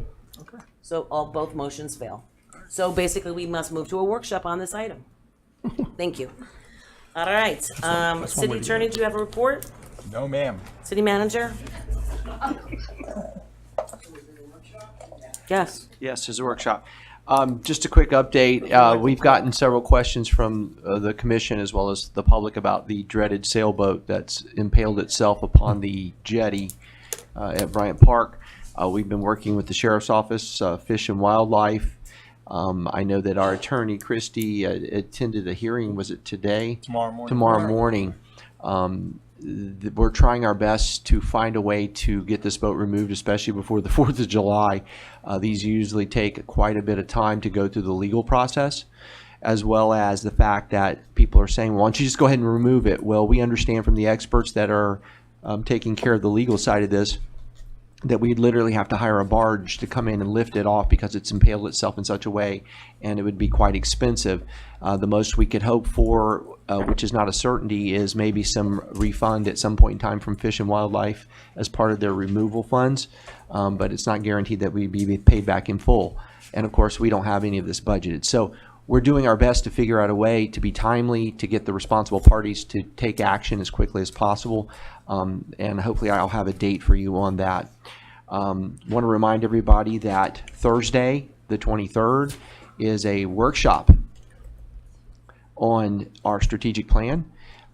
This has been a good discussion and a process with us. We have not had a strategic plan that recognizes the big policy direction of the commission for the organization and the staff. As this moves forward, this is that bigger overarching set of policy statements that we backfill with the actions and resourcing and plans of action across those 5 different pillars. And it'll start to make sense as people see it through the budget process and into the actions that we're taking. It'll also help you when you're looking at whether you're meeting with county commissioners or lobbying in the state legislature or making budget considerations. Do these fall in the overarching big picture that we've agreed to as our policy statement? and so that we have better direction as staff and that we're following what you want us to be doing. So that alignment is real important, and this is something new for the city. The budget, we'll have our first workshop on June the 3rd, which is a Monday night, and it's an odd night for us, but that's the way the timing has worked out. It'll be here at 6. We'll be going over 4 of the funds, including our most problematic fund, which continues to be the general fund. And that's my report. Thank you. I'll entertain a motion to adjourn. So moved. Second. All those in favor, say aye. Aye. All those opposed, motion carries unanimously. A quick break, and then we'll start with our electric utility meeting. Thank you. Where'd you go?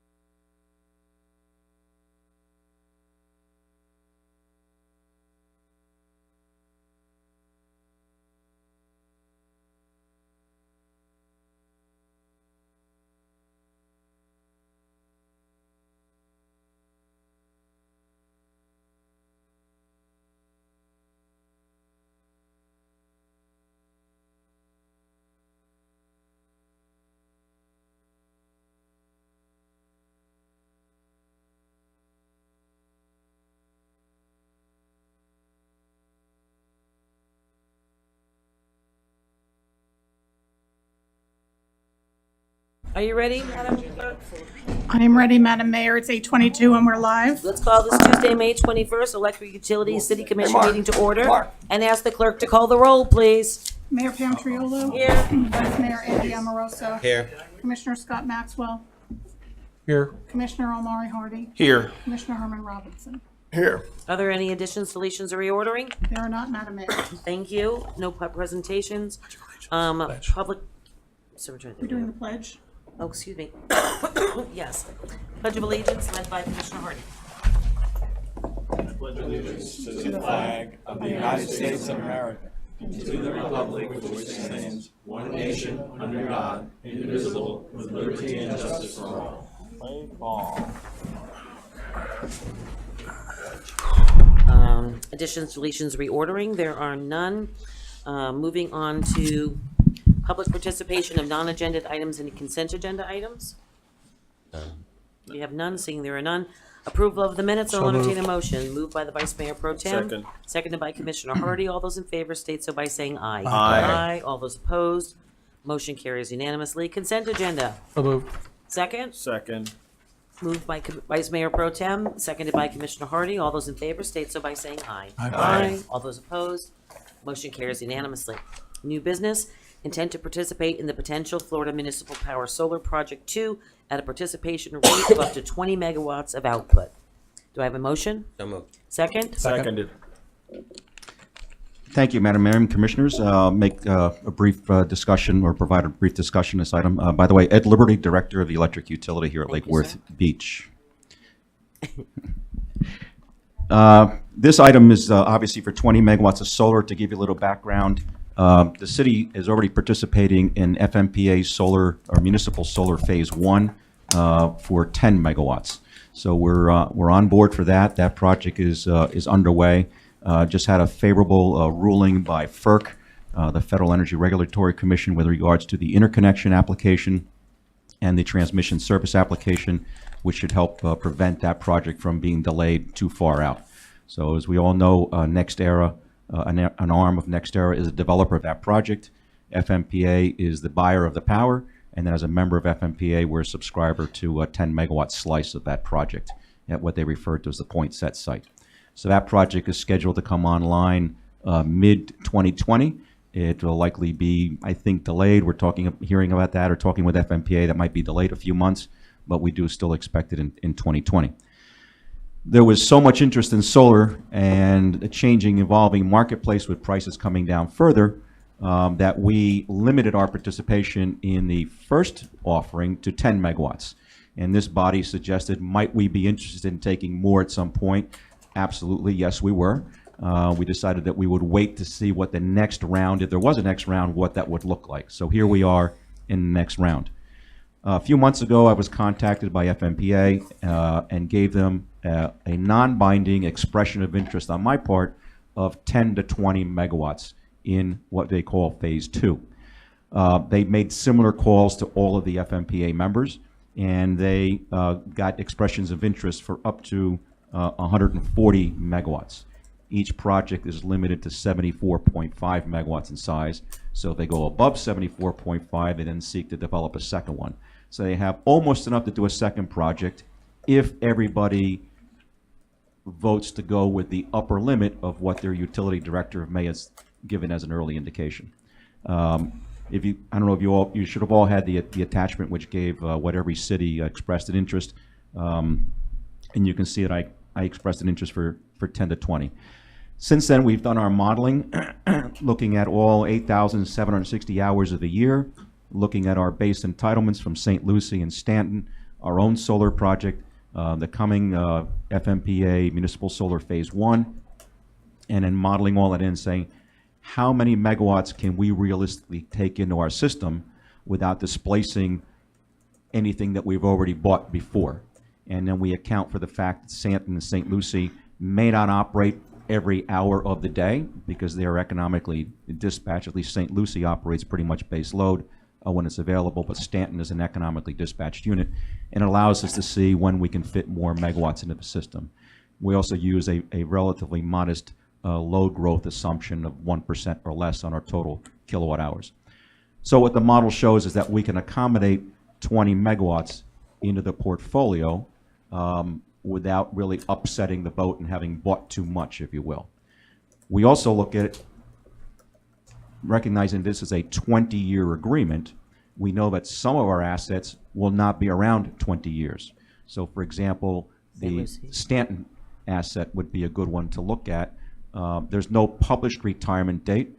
However, we do know that OUC is studying in their integrated resource plan what to do with that unit. I don't know if they'll decide to retire it or post a retirement date inside the 10-year window. We do know that their latest report to the Public Service Commission in the form of their resource plan does not show retirement of that unit, but it's entirely possible that they could decide to retire it. If they retire it, then we could look back and say, gee, maybe we should have taken more. But on the other hand, not taking more than 20 gives us an opportunity to layer in another piece another year or two down the road, and looking at how the prices have gone, it might bring the market price down lower.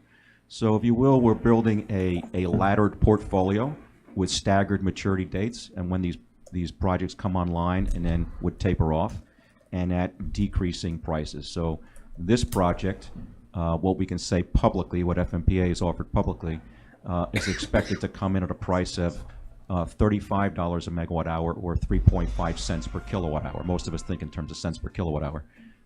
The FMPA Solar 1 came in at under $40 per megawatt hour. So it's a nice addition to the book, and it's a good price when we look out into the future. FMPA, based on feedback from the members, is looking at both escalating and non-escalating prices. What that means is there might be an option, and this hasn't been finalized yet, to take one flat price for 20 years, or a price with escalates, which might start lower in initial years and then grow at let's say, for argument's sake, maybe 2% or whatever the escalation rate they agree to, be a little bit higher in the latter years. We're going to take a look at both when those numbers are available, and then come back with a further indication on exactly which one we would prefer. My thinking initially is that the escalating price, as long as the escalation is not too excessive and the net present value of both deals is the same, that the escalating price might be better for us because it starts out lower in the early years and then might be a little bit higher later on. As I mentioned, the other advantage of these things, particularly in the solar side, is that it's not subject to fossil fuel price risk. So it takes out the element of risk in terms of where fossil fuels might go and how it moves our portfolio. In terms of what this does for our overall portfolio, if we were to go ahead with up to 20 megawatts, it would put us in a position by 2023 to be a little bit over 50%, probably around 53% or so of our energy coming from carbon-free sources. Combination of nuclear plus 31.7 megawatts total of solar. So we're going in the right direction in terms of reducing our carbon exposure. Could you reiterate how much we're paying for? So we're looking at 3.5 cents or 4 cents in regards to solar. What is our OUC regular purchase power for other types of fuel? Average. I can't get into the detailed specifics of what the OUC price is, but I can give you at a high level. Yeah. This year we expect to come in at a total of under $60 per megawatt hour, or 6 cents per kilowatt hour. And that's for our total supply portfolio, which includes the fixed costs, things like fixed O&M and debt service, plus the fuel costs and transmission charges to move the power here from all our sources. So if we look at all of our energy delivered to the gate, if you will, at Hypoluxo, over the course of the year, we should come in a little bit, at or below about $60 per megawatt hour, or 6 cents per kilowatt hour. And when you're looking at up to 20% on phase 2, so is that 20% on top of the 10% for 30% of solar from FMPA projects 1 and 2? Yes. So what's happened is our own project gives us about 0.5% of our total load. Okay. FMPA Solar 1 will give us another 5 to 6%. FMPA Solar 2 would give us about 12 to 14%. So they just add them up. And I remember the last discussion that we had in reference to the affordability of solar. Would it behoove us to purchase? I saw the different cities and how much they've purchased. They want to purchase for.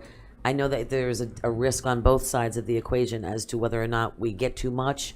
And then when you talk about displacing, you're talking about actually saying you've already bought energy and then you've got energy to spare, so you've got too much energy sitting there and you're paying for both. Correct. Which we don't want to do. Correct. But yet hedging our bets on Right. the cost of it and the cost being so low when other things in our other portfolio of fuel may go up, go down, depending on how the market Right. is.